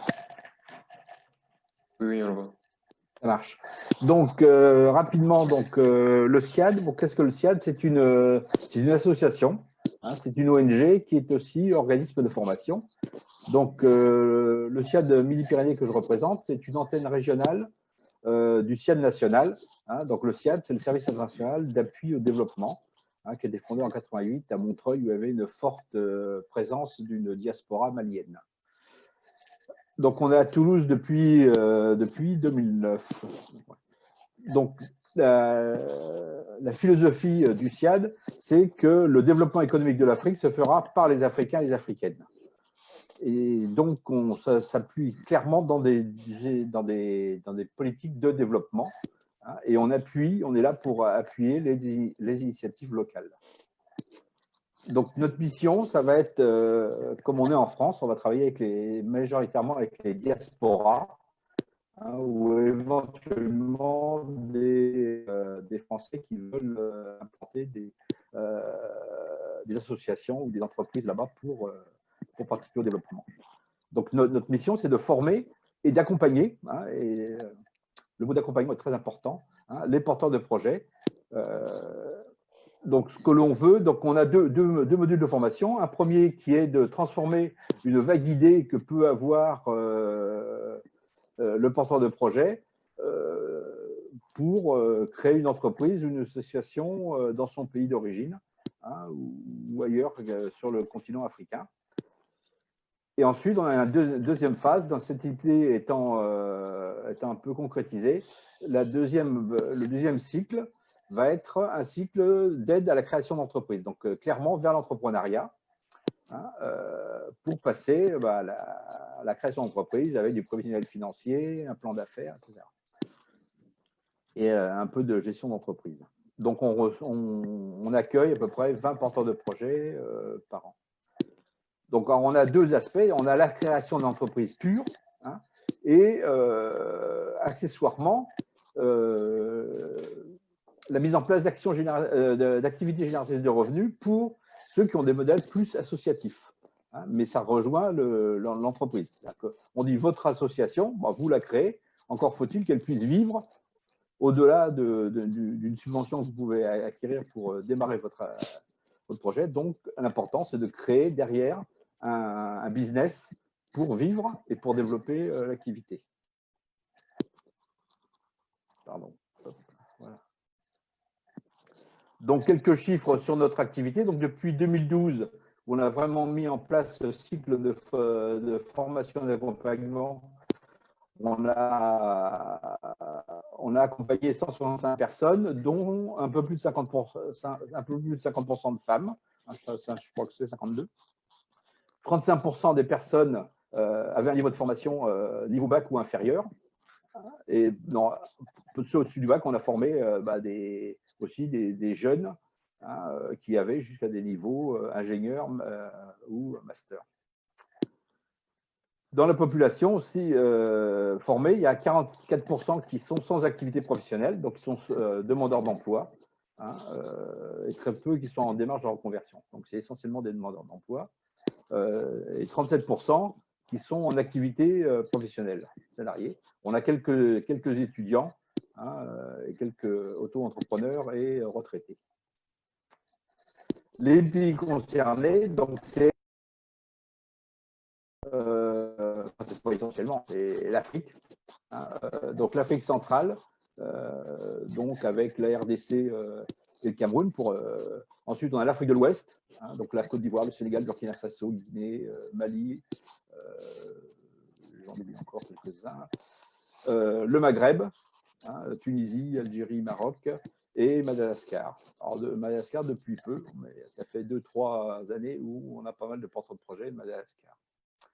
Les secteurs d'intervention, donc de nos porteurs de projets, 46%, ça va être sur le domaine agricole. Alors, soit des exploitations personnelles, hein, ou familiales qu'ils vont développer, ils ont les terres et ce qu'ils veulent, c'est développer leur activité, ou des activités agricoles, majoritairement en agroforesterie ou en permaculture, hein, qui seront des structures de formation en but d'autonomisation financière des par la mise en place de structures agricoles. Donc, on parlait de coopératives tout à l'heure, c'est un peu cet esprit-là, hein, ou des écoles de formation. 30% dans le social, alors ça va être des écoles, des orphelinats, des structures de santé, quelques-uns, donc là, plus en niveau entreprise, sur de la vente, de la restauration, et le tourisme, et d'autres projets comme l'artisanat, l'accès à l'énergie, les services. Alors, plutôt que... je vais vous présenter quelques exemples. Par exemple, au Burkina Faso, donc on a Ballon Rouge, qui est une association qui a mis en place à l'origine une plantation de moringa, le but étant de donner l'accès à cette plante qui a pas mal de qualité à la population locale et par là même de créer une activité économique pour les femmes. Donc, au-delà de la plantation pure, hein, ils mettent en place maintenant des activités de transformation, hein, jusqu'à mettre en place les sachets de poudre. Hein, donc, il va y avoir des activités de séchage, de broyage et de mise en sachet. Ensuite, partant de là, ils ont développé pour le village distribution d'eau potable à la population, avec des forages, châteaux d'eau et des bancs de fontaines, hein, un système d'adduction, et l'ouverture d'un centre culturel depuis 2 ans. Watinema, qui est une autre association qui s'est développée un peu à la suite de Ballon Rouge et qui travaille en synergie avec Ballon Rouge. On s'efforce, comme on a pas mal de contacts entre assos et entre nos porteurs de projets, d'arriver à les faire travailler en synergie. Hein, et on mène une action au Burkina avec Ballon Rouge et Watinema et d'autres associations locales pour travailler sur une filière de transformation et de commercialisation du moringa. Donc, il y a Watinema qui s'est créé. Donc là, la visée, c'était l'autonomie financière des femmes paysannes de villages du sud de Ouaga. Et donc, on a mis en place la culture et commercialisation du moringa, puis du maraîchage et démarré depuis 2 ans de l'apiculture. En RDC, il y a Amélie School, qui est une association qui a démarré à peu près en 2012, hein, vraiment au début, donc qui agit sur Maluku en RDC, qui vise à la formation professionnelle des jeunes orphelins. Donc, ils ont une structure d'accueil des orphelins et de formation professionnelle. Hein. Le but, c'est de leur fournir un métier. Hein. Et une autre association donc là, qui est Bilico, toujours en RDC, qui vise l'autonomie financière des femmes paysannes de village de Balibo, hein, qui est sur la même commune, Maluku. Hein. Donc là, ça va être la formation des femmes et la mise en culture de 5 hectares de manioc. Niébé, donc c'est un haricot, hein, de maïs, la fourniture d'eau potable, la latrine, etc. Le but, c'est ça va être à partir des besoins des femmes, de créer une structure coopérative qui visera après, parce que le manioc rapporte quand même pas mal, hein, du développement du village, donc en faisant un centre de santé, de promotion sociale, des ateliers de transformation, etc. Donc, c'est d'arriver là aussi à générer une activité économique au sein des villages.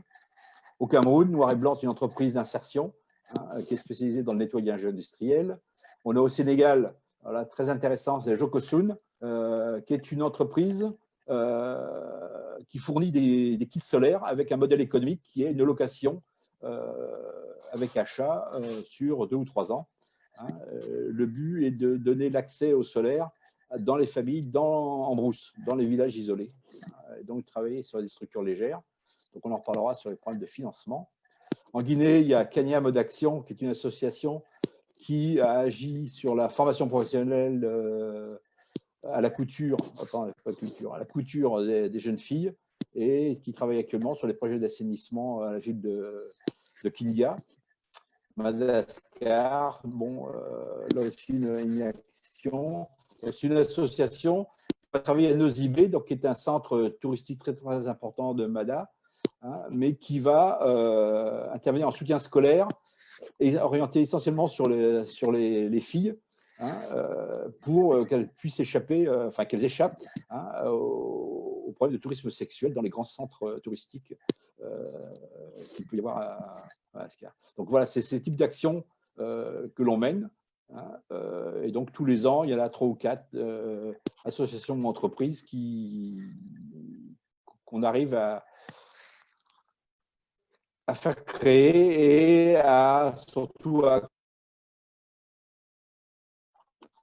localement, on a mis en place, on continue à essayer de mettre en place des partenariats avec des structures d'accompagnement local. C'est-à-dire que si nous, on peut générer l'entreprise d'association au début, la difficulté, c'est de poursuivre l'activité dans le temps et d'accompagnement. Donc, on a mis des partenariats locaux pour un accompagnement local. Donc, il y a la fabrique au Burkina, hein, qui est à Ouaga, il y a Donilab au Mali, et il y a Cubivoie en Côte d'Ivoire. Bon, et ça c'est une activité qui reste à développer.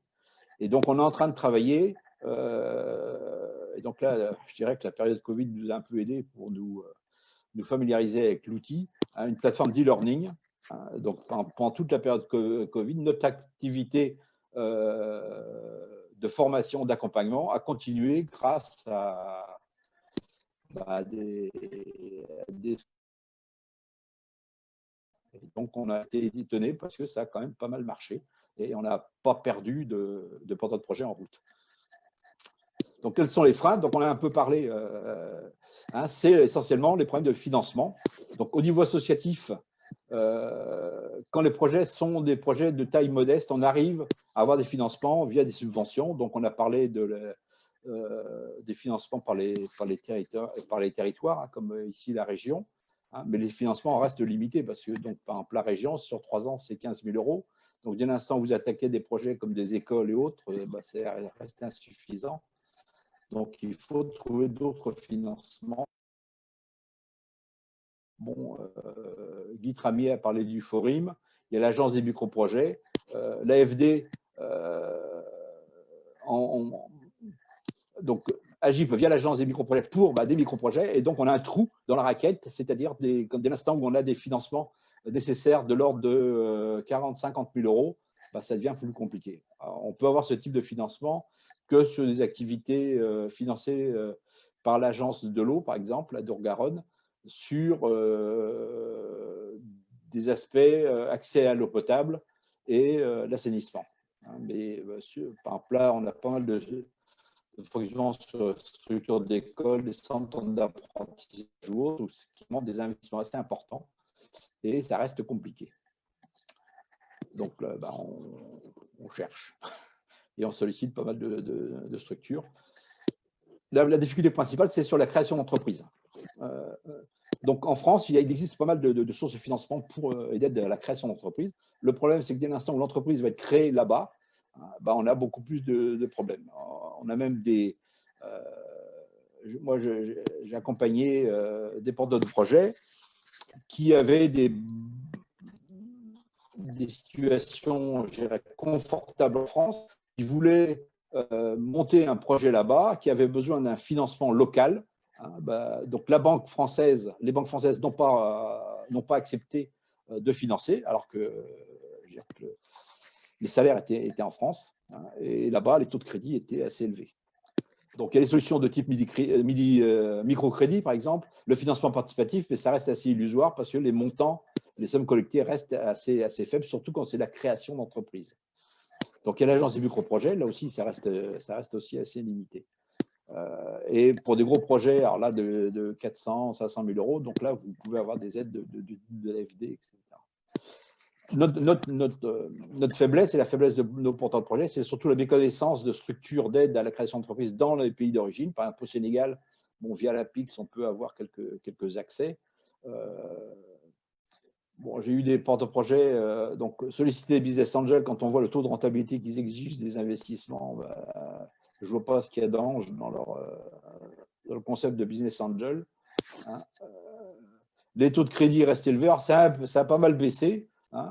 Mais ça reste encore joué pour un projet. Donc, entre autres, Jocosun, les banques demandent du 10%, donc ce qui est quand même très, très élevé. Et j'avais une question un peu sur la Banque africaine de développement. Il y avait une initiative qui était Boost Africa, qui est, je crois, qui est une association avec la Banque européenne d'investissement, je crois, qui pourrait être une des voies de financement. Donc là, pour nous, le SIAD, c'est clairement un axe de progrès, c'est d'arriver à trouver des financements pour la création d'entreprises. C'est vraiment le problème. On a pas mal d'entreprises qui ne se créent pas parce que on a des petites entreprises qui arrivent à se créer. Dès l'instant où, donc le cas de Jocosun, qui a des problèmes de développement actuellement, Monsard, qui est le porteur de projet, a quand même pas mal de soucis pour se financer. Voilà, j'ai été rapide, mais on est un peu pris par le temps. Voilà. Merci. Merci pour votre présentation. Est-ce que vous avez des questions? Moi, j'ai une question par rapport à la BAD. Madame Camille, vous êtes là? Oui, oui. Voilà, très rapidement, par rapport à la BAD, quel mécanisme vous avez mis en place, par exemple, par rapport à… On sait qu'en Afrique, par exemple, moi je viens du Tchad, il y a beaucoup de corruption dans beaucoup de pays africains.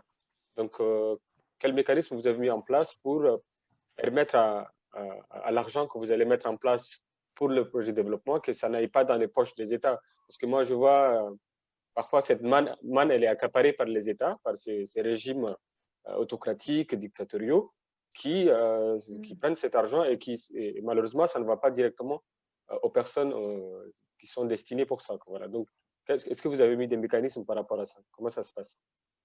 Mais après, il y a toujours les mécanismes de suivi et évaluation, ce dont je parlais tout à l'heure, qui permettent de mesurer au niveau quantitatif et qualitatif la réussite. Alors, c'est pareil, c'est un terme qui peut être discuté philosophiquement, mais on va dire le bilan économique et social rentable d'un projet. Il y a ces mécanismes-là. Après, est-ce qu'ils sont suffisants? Moi, malheureusement, enfin, j'ai pas une vision assez. Faudrait être à tous les postes en même temps. C'est-à-dire qu'il faudrait être ministre, président, expert de la banque, président de la banque pour avoir, j'imagine, une vision holistique et plus réaliste de la chose. Après, j'ose espérer que du coup, ça suffit. Mais on voit bien avec les scandales qui ont lieu régulièrement que c'est pas satisfaisant. Donc, après, on n'est pas dans les petits papiers des présidents. On travaille avec les gouvernements, on travaille avec les ministères.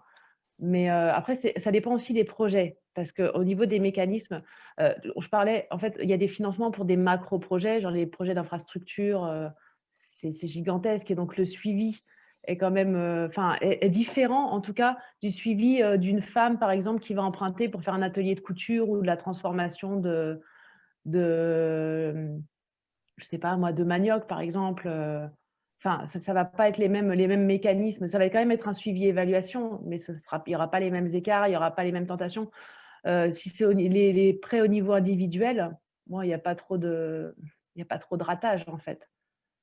Surtout pour les femmes, finalement, puisque après, ça, ce sont des études qui prouvent ça, mais qu'elles remboursent quand même, on a des chiffres, qu'elles remboursent beaucoup mieux que les hommes et toujours en temps et en heure, et qu'elles mettent ça vraiment sur leur priorité. Et c'est une priorité absolue de rembourser un emprunt parce que de toute manière, c'est un investissement qu'elles font pour la famille et que en tout cas sur le continent africain, ce qui a été, bon, les études, comment ont-elles été faites, mais en tout cas, quand on a vécu, quand on vit là-bas, on sait que c'est vrai et c'est assez universel, que 90% des revenus des femmes sont réinvestis en fait dans le foyer. C'est pas pour aller sortir avec les copines ou quoi, c'est vraiment réinvestir dans le foyer. Du coup, ça c'est au niveau individuel, en tout cas, par exemple, l'initiative AFAWA, toutes les femmes qui ont eu des prêts, pour l'instant, il n'y a aucun souci de remboursement. Et en plus, ce sont des petites sommes, enfin des petites sommes pour une banque. Après, oui. Quand c'est soi-même, quand on a besoin d'un microfinancement, même si c'est $200, mais que voilà, c'est absolument crucial pour commencer, ce n'est pas une petite somme. D'accord. Et pour revenir par rapport à la France, par exemple, est-ce que l'AFD finance des projets l'AFD, par exemple, est-ce qu'elle finance la BAD, par exemple? Et à quelle hauteur, par exemple? Quel est jusqu'à quel... J'en ai aucune idée. Après, ce sont des partenaires, on travaille ensemble sur certains projets. Mais après, ça se trouve, hein, normalement, c'est transparent et c'est visible de savoir combien chaque pays membre, c'est le nom qui est donné, pays membre de la banque, donne et quand, quelle année, qui a donné combien. Ça, il y a une trace, ils sont assez fiers de le montrer. Donc, en général, on le trouve sur Internet. Mais je pourrais pas vous dire, je pourrais pas vous donner un chiffre. D'accord. Une dernière question. Là c'est un peu ma casquette de survie. Il y a beaucoup de gens qui reprochent, en tout cas à la BAD ou autre institution internationale, bancaire, hein, par exemple, vous avez parlé des OIG, vous avez parlé je vais citer la Banque mondiale ou autre, qui, déjà, ils trouvent que c'est des instruments aussi d'un néolibéralisme qui vient en Afrique et qui impose une vision du développement qui n'est pas africaine en tant que telle. Même si, par ailleurs, il y a des experts africains qui sont là, mais ils viennent avec une idéologie qui est néolibérale. Ils ont appris ces idéologies-là dans des grandes écoles. Moi, j'ai repris des études. Bon, ça, c'est une parenthèse. Mais il n'y a pas une réelle implication des États, des populations africaines elles-mêmes. Et la notion même de développement, elle est définie par l'Occident, par les banques internationales. Et donc, par rapport à ça, qu'est-ce que vous avez à dire, par exemple? Je suis d'accord, je suis complètement d'accord. Moi, du coup, je suis basée en Côte d'Ivoire, je suis basée à Abidjan.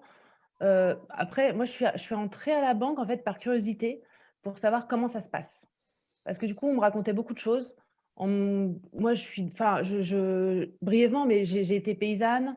J'ai défendu des mouvements, pas mal de mouvements de l'ESS. J'ai écrit un mémoire sur l'ESS dans les pays dits émergents. Alors pareil, il y a au moins un tiers du mémoire qui discute de ce qu'est l'émergence. J'ai vécu dans des cours en Afrique pendant plusieurs années, dans plusieurs pays. Je ne vis pas comme une expat. Et du coup, je m'interroge, et en Amérique du Sud aussi, j'ai vécu en Amazonie, et c'est pareil, c'était pas dans quelque chose de très, dans des sentiers en fait. Et du coup, je me suis dit, mais voilà, enfin, après avoir discuté avec des associations comme Pierre Rabhi, après avoir essayé de faire des jardins-forêts chez moi, je me suis dit, mais pourquoi on n'a pas de financement en fait? Pourquoi c'est ces initiatives qui sont juste absolument nécessaires? C'est tout ce que vous avez dit ce matin en fait, qui était tellement touchant et tellement juste, enfin, que ce soit l'accès à l'air, que ce soit l'accès à la terre, enfin, aux besoins basiques. Pourquoi en fait ça, on ne peut pas trouver les financements? Puisqu'il y a des milliards de dollars qui brassent en fait. L'argent est neutre en fait. L'argent est totalement neutre, on en fait ce qu'on en veut. On peut faire des choses extraordinaires avec l'argent. C'est un outil, c'est un instrument, c'est pas connoté à la base. Et donc, je me suis demandé, et donc voilà, c'est pour ça que je suis à la banque. Et je n'ai pas toutes les réponses encore. Ça prend un peu de temps parce que c'est quand même une grosse macro-structure qu'il faut apprivoiser. Et c'est vrai que, par exemple, la Banque africaine de développement, on n'est pas beaucoup d'Occidentaux finalement. Donc, on pourrait se dire, bah oui, c'est une structure sud-sud, mais comme vous dites, en fait, au niveau managérial, c'est que des gens qui ont fait des grandes universités américaines, notamment en majorité, et donc qui ont des points de vue. Et puis après, l'argent change aussi les mentalités. L'aisance change les mentalités. On n'oublie pas forcément, il y a des gens qui sont issus de milieux très, très, très modestes, en fait, qui ont eu des parents, surtout plutôt des grands-parents planteurs, en fait, et qui se retrouvent aujourd'hui à avoir des postes à responsabilité à la banque. Mais on oublie vite, en fait. On oublie vite, pas tout le monde, mais on est tous différents, mais parfois les gens oublient plus vite que d'autres. Et c'est vrai que ça devient un peu nord-sud, alors que c'est une institution vraiment du sud. Enfin, moi, souvent avec mes collègues, je suis la seule blanche, seule femme, la seule blanche. Et peu importe, en fait, je veux dire, ça ne doit pas faire une différence, mais pour dire que ce n'est pas une structure a priori occidentale. Mais effectivement, il y a ça. Et du coup, votre question, c'est quoi? C'est comment on peut changer ça? Est-ce que c'est vrai qu'il y a ça? Oui, c'est vrai. C'est vrai que ça peut être considéré comme même du néocolonialisme, en fait. Même si c'est fait par, peu importe par qui c'est fait, que ce soit, peu importe la couleur de peau et la nationalité, il n'y a pas besoin de ça. Donc, c'est vrai. Mais en même temps, ce qu'on peut faire aussi, moi, ce que je suis là aussi pour essayer de faire ça, me dire, mais même si parmi tout ça, on peut faire passer quelques projets qu'on considère parmi les 150 appels d'ONG qu'on va avoir dans la semaine, si on arrive quand même à en faire sortir une du lot, ça vaut le coup. Alors après, chacun sa croix, chacun sa vision de son utilité dans le monde, etc. Mais par exemple, moi, Pierre Rabhi, je les ai contactés en fait quand j'étais à la banque. Je leur ai dit, bah voilà, maintenant je suis à la banque, je sais comment on peut lever des fonds. Et en fait, j'ai même pas eu de retour, j'ai pas eu un retour clair parce qu'on m'a dit, ah oui, mais non, la banque de développement, c'est pas bien. Bon, je comprends le discours, je l'entends parfaitement, je l'ai eu ce discours-là, mais c'est dommage parce qu'en fait, ma question aussi à vous, c'est est-ce que vous avez déjà sollicité en fait des banques de développement pour avoir des fonds? Je comprends que c'est pas facile quand on veut je comprends qu'on peut avoir des aides régionales pour des petits projets et que les banques de développement, souvent, elles vont proposer des sommes assez élevées pour des gros projets, mais il y a tout, parce que comme je vous disais, il y a aussi des projets pour les personnes, je parlais des femmes, de la femme couturière ou de quelqu'un qui va faire de la transformation agricole, par exemple. Il y a quand même tous les montants. Enfin, il y a vraiment tous les montants. En fait, c'est des appels d'offres qui paraissent sur le site de la banque. Il faut faire des veilles. C'est comme pour les appels d'offres, je veux dire, avec nos régions ou au niveau du gouvernement, c'est toujours la même chose. Sauf que non, parce que des fois, on est prévenu. Ici, on peut être prévenu, on peut se mettre dans les newsletters et avoir des informations, alors qu'à la banque, on ne peut pas. On ne peut pas demander à être prévenu des fonds. Il faut juste surveiller. Mais est-ce que vous avez demandé déjà? Est-ce que quelqu'un a déjà demandé? Est-ce que ça, je ne sais pas, est-ce que ça a fonctionné? Oui, non? Mais en tout cas, moi, j'aimerais juste préciser que c'est pas un jugement de valeur en soi. En fait, c'est même pas d'idéologie en fait, c'est quelque chose de concret. Concrètement, les gens, ce que moi j'ai vécu en tant que journaliste et africain, les projets ne vont pas forcément toucher les personnes concernées. C'est au-delà de l'idéologie. Et je suis d'accord avec vous que ça change concrètement la vie des gens. C'est là la difficulté en fait, de mettre le curseur entre l'idéologie de ce qu'on peut penser de toutes ces structures bancaires internationales et la vie des gens au quotidien, parce que ça change quelque part. Ça touche des populations locales, ça peut toucher des gens, ça peut leur changer leur vie, et tant mieux. Donc, c'est difficile de mettre le curseur là-dessus. Donc, ma question, c'était juste pour permettre de... Parce que nous, bon, moi, je me suis intéressé à cette question-là. Vous y travaillez, mais il y a des gens qui nous écoutent, mais qui n'en savent pas. Ils ne savent pas comment, concrètement, les choses se passent, en tout cas sur le terrain. Et c'est bien d'en parler comme ça. Et en même temps, ça me fait penser aussi à quelque part à ce qu'on appelle aujourd'hui le philanthrocapitalisme. Il y a tous ces projets en Afrique, avec Bill Gates Fondation, toutes ces fondations qui pullulent en Afrique et qui ont un agenda derrière quelque part aussi, qui veut se servir un peu de cette misère-là pour faire un retour sur l'investissement quelque part. Ce n'est jamais désintéressé en fait. Donc, voilà. Donc moi, c'est juste, je soulève ce débat-là pour que les autres qui nous écoutent soient au courant un peu de ce qui se passe. Mais ce n'est pas un jugement en tant que tel contre la BAD ou quelque chose. Ce n'est pas du tout mon intention. Voilà. Mais en tout cas, s'il y a d'autres personnes qui veulent réagir par rapport à ça, elles sont les bienvenues. Je dis juste parce que M. Pampi avait levé la main, mais vous aussi, Mme Ribaud. Donc je ne sais pas si l'un de vous veut intervenir en premier. Qui avait levé la main? Monsieur Pampi, moi. Pour le CIAD. Ouais. Et d'autres personnes? Pardon. Oui, vous avez un outil pour lever la main qui est sous les participants. Oui, donc moi, ma question se posait justement à Mme Kénard, parce que ce que j'expliquais à la fin un peu rapidement, certes, à la fin de ma présentation, c'était le problème des financements, essentiellement sur des gros projets d'associations, mais sur les créations d'entreprises, où effectivement on n'a pas fait appel à des banques telles que Banque africaine de développement, parce qu'on ne pensait pas que l'accès pouvait se faire pour des créations d'entreprises par des particuliers et choses comme ça. Donc, je serais intéressé de poursuivre la discussion avec vous plus tard. Je ne pense pas qu'on ait trop le temps de le voir pour apprendre ce qu'on peut faire ensemble là-dessus. Ça connaît un peu les règles du jeu, parce que c'est pas toujours ça. Alors, parce qu'on arrive à voir localement, moi quand je vais dans les pays, on arrive à voir par les guichets uniques ou autres quelques traces, ou quelques politiques gouvernementales d'aide à tel ou tel secteur. Mais quand on veut créer son entreprise, je prenais le cas de Jokoson au Sénégal, sur son business sur l'énergie, pour l'accès à l'énergie en brousse. Bon, il galère depuis 3-4 ans pour trouver du financement pour développer son entreprise, quoi. Madame Caro, est-ce que vous voulez intervenir par rapport à... Juste, il y avait Madame Ribaud qui levait la main. Allez-y. Désolé, je ne vous ai pas vu. Excusez-moi. Je voulais un peu lancer une forme d'appel. Je suis un peu à côté du sujet, mais en même temps, c'est quand même le même sujet. J'ai dit que nos artisanes étaient justement actuellement, du fait de la situation sanitaire, relativement en difficulté. Et bien, pour nous, la meilleure façon de les soutenir, c'est, je lance un appel pour vos cadeaux de Noël, acheter de l'artisanat équitable, parce que c'est pour nous la meilleure façon de les soutenir en direct, sans faire passer par des fonds qui se baladent plus ou moins. Acheter de l'artisanat équitable. Il y a 120 magasins artisans du monde en France. Vous trouverez sur Internet les horaires d'ouverture et les localisations. Celui de Toulouse est dans le quartier des Carmes. Et je crois que c'est actuellement la meilleure façon aussi de les soutenir. C'est d'acheter l'artisanat équitable. On a 1 millier de références en artisanat à tous les prix, pour tous les goûts et toutes les bourses.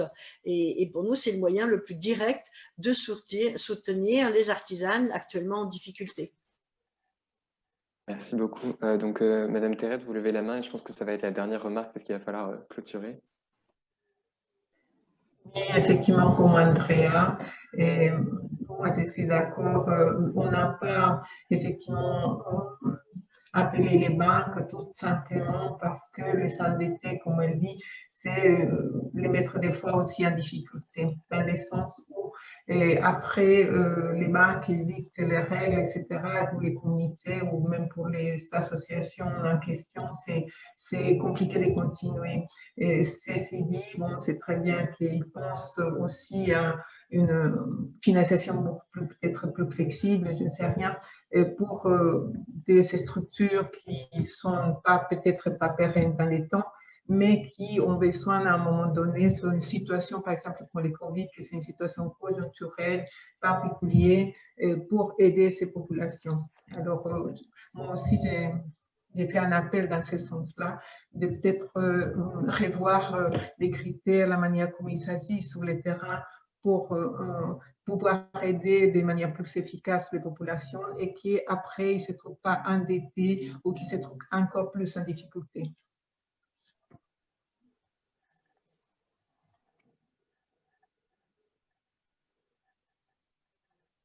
Merci. Oui, donc on avait dans le chat une remarque de Guessioa. En ce qui concerne les prêts à des individus, vous parliez des femmes par exemple, quelles sont les conditions d'accès? Y a-t-il des risques au contraire d'aggraver la situation? Donc on prend vraiment comme dernière question. Voilà, enfin, si vous pouviez y répondre, je pense que c'est adressé à Madame Quenard, c'était pas dit, mais je pense.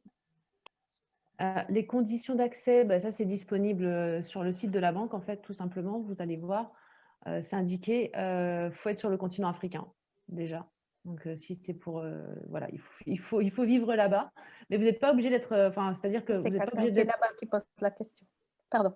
Vous n'êtes pas obligé d'être, je sais pas, une Française pourrait postuler là-bas, en fait. Il n'y a pas de problème, mais il faut vivre là-bas. Il faut avoir toutes les conditions qui sont précisées du coup sur le site de la banque. Donc, le site de la banque, si vous tapez Banque africaine de développement sur Google, c'est référencé. Si vous tapez AFAWA, le nom du programme, je peux vous le mettre juste en dessous, je lui envoie tout de suite. C'est référencé de toute manière, même en mettant initiative femmes, Banque africaine de développement, normalement, vous allez retrouver le lien. Un risque d'aggraver la situation. Ce serait chouette de préciser, en fait, l'idée qui est derrière. Bonjour. Ah, bonjour, vous êtes là. Oui, je voulais dire dans le sens où les femmes du coup, qui font appel à des prêts ont ce risque de l'endettement si jamais leur projet ne fonctionne pas. Je voulais savoir s'il y avait vraiment du coup une vérification de la fiabilité des projets des personnes qui font ces prêts-là. Et voilà. Je voulais parler surtout du coup des prêts à petite échelle. Donc, un peu du microfinancement, du coup. Oui, exactement. Alors, au niveau de l'endettement, oui, il y a des critères. Donc, les critères sont quand même, pour cette initiative-là, on essaie qu'ils ne soient pas trop restrictifs, justement, parce qu'en fait, il y a beaucoup, avant, ils demandaient, par exemple, que les femmes aient un compte en banque au préalable. Bon, non. Qu'elles aient même 5 ans d'ancienneté sur le compte en banque. Ça n'avait jamais lieu. Enfin, il y avait beaucoup de critères, donc c'est quand même beaucoup plus simple d'y accéder.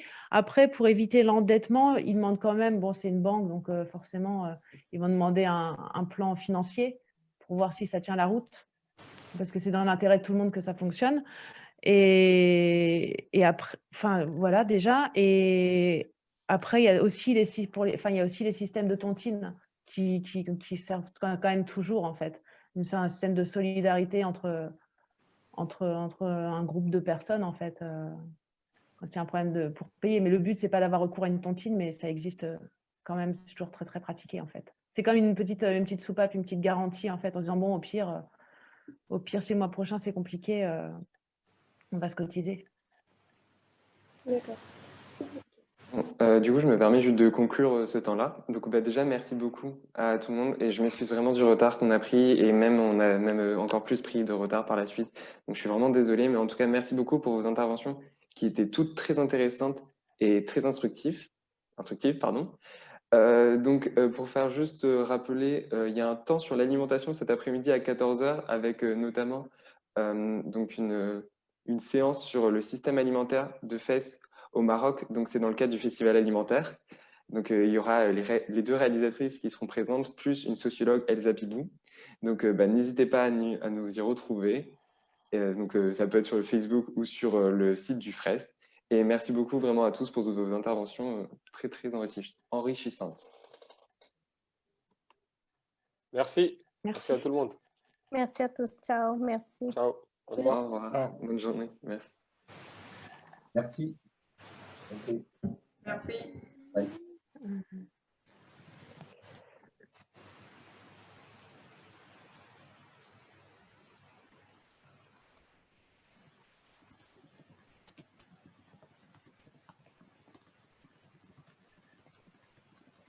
Absolument.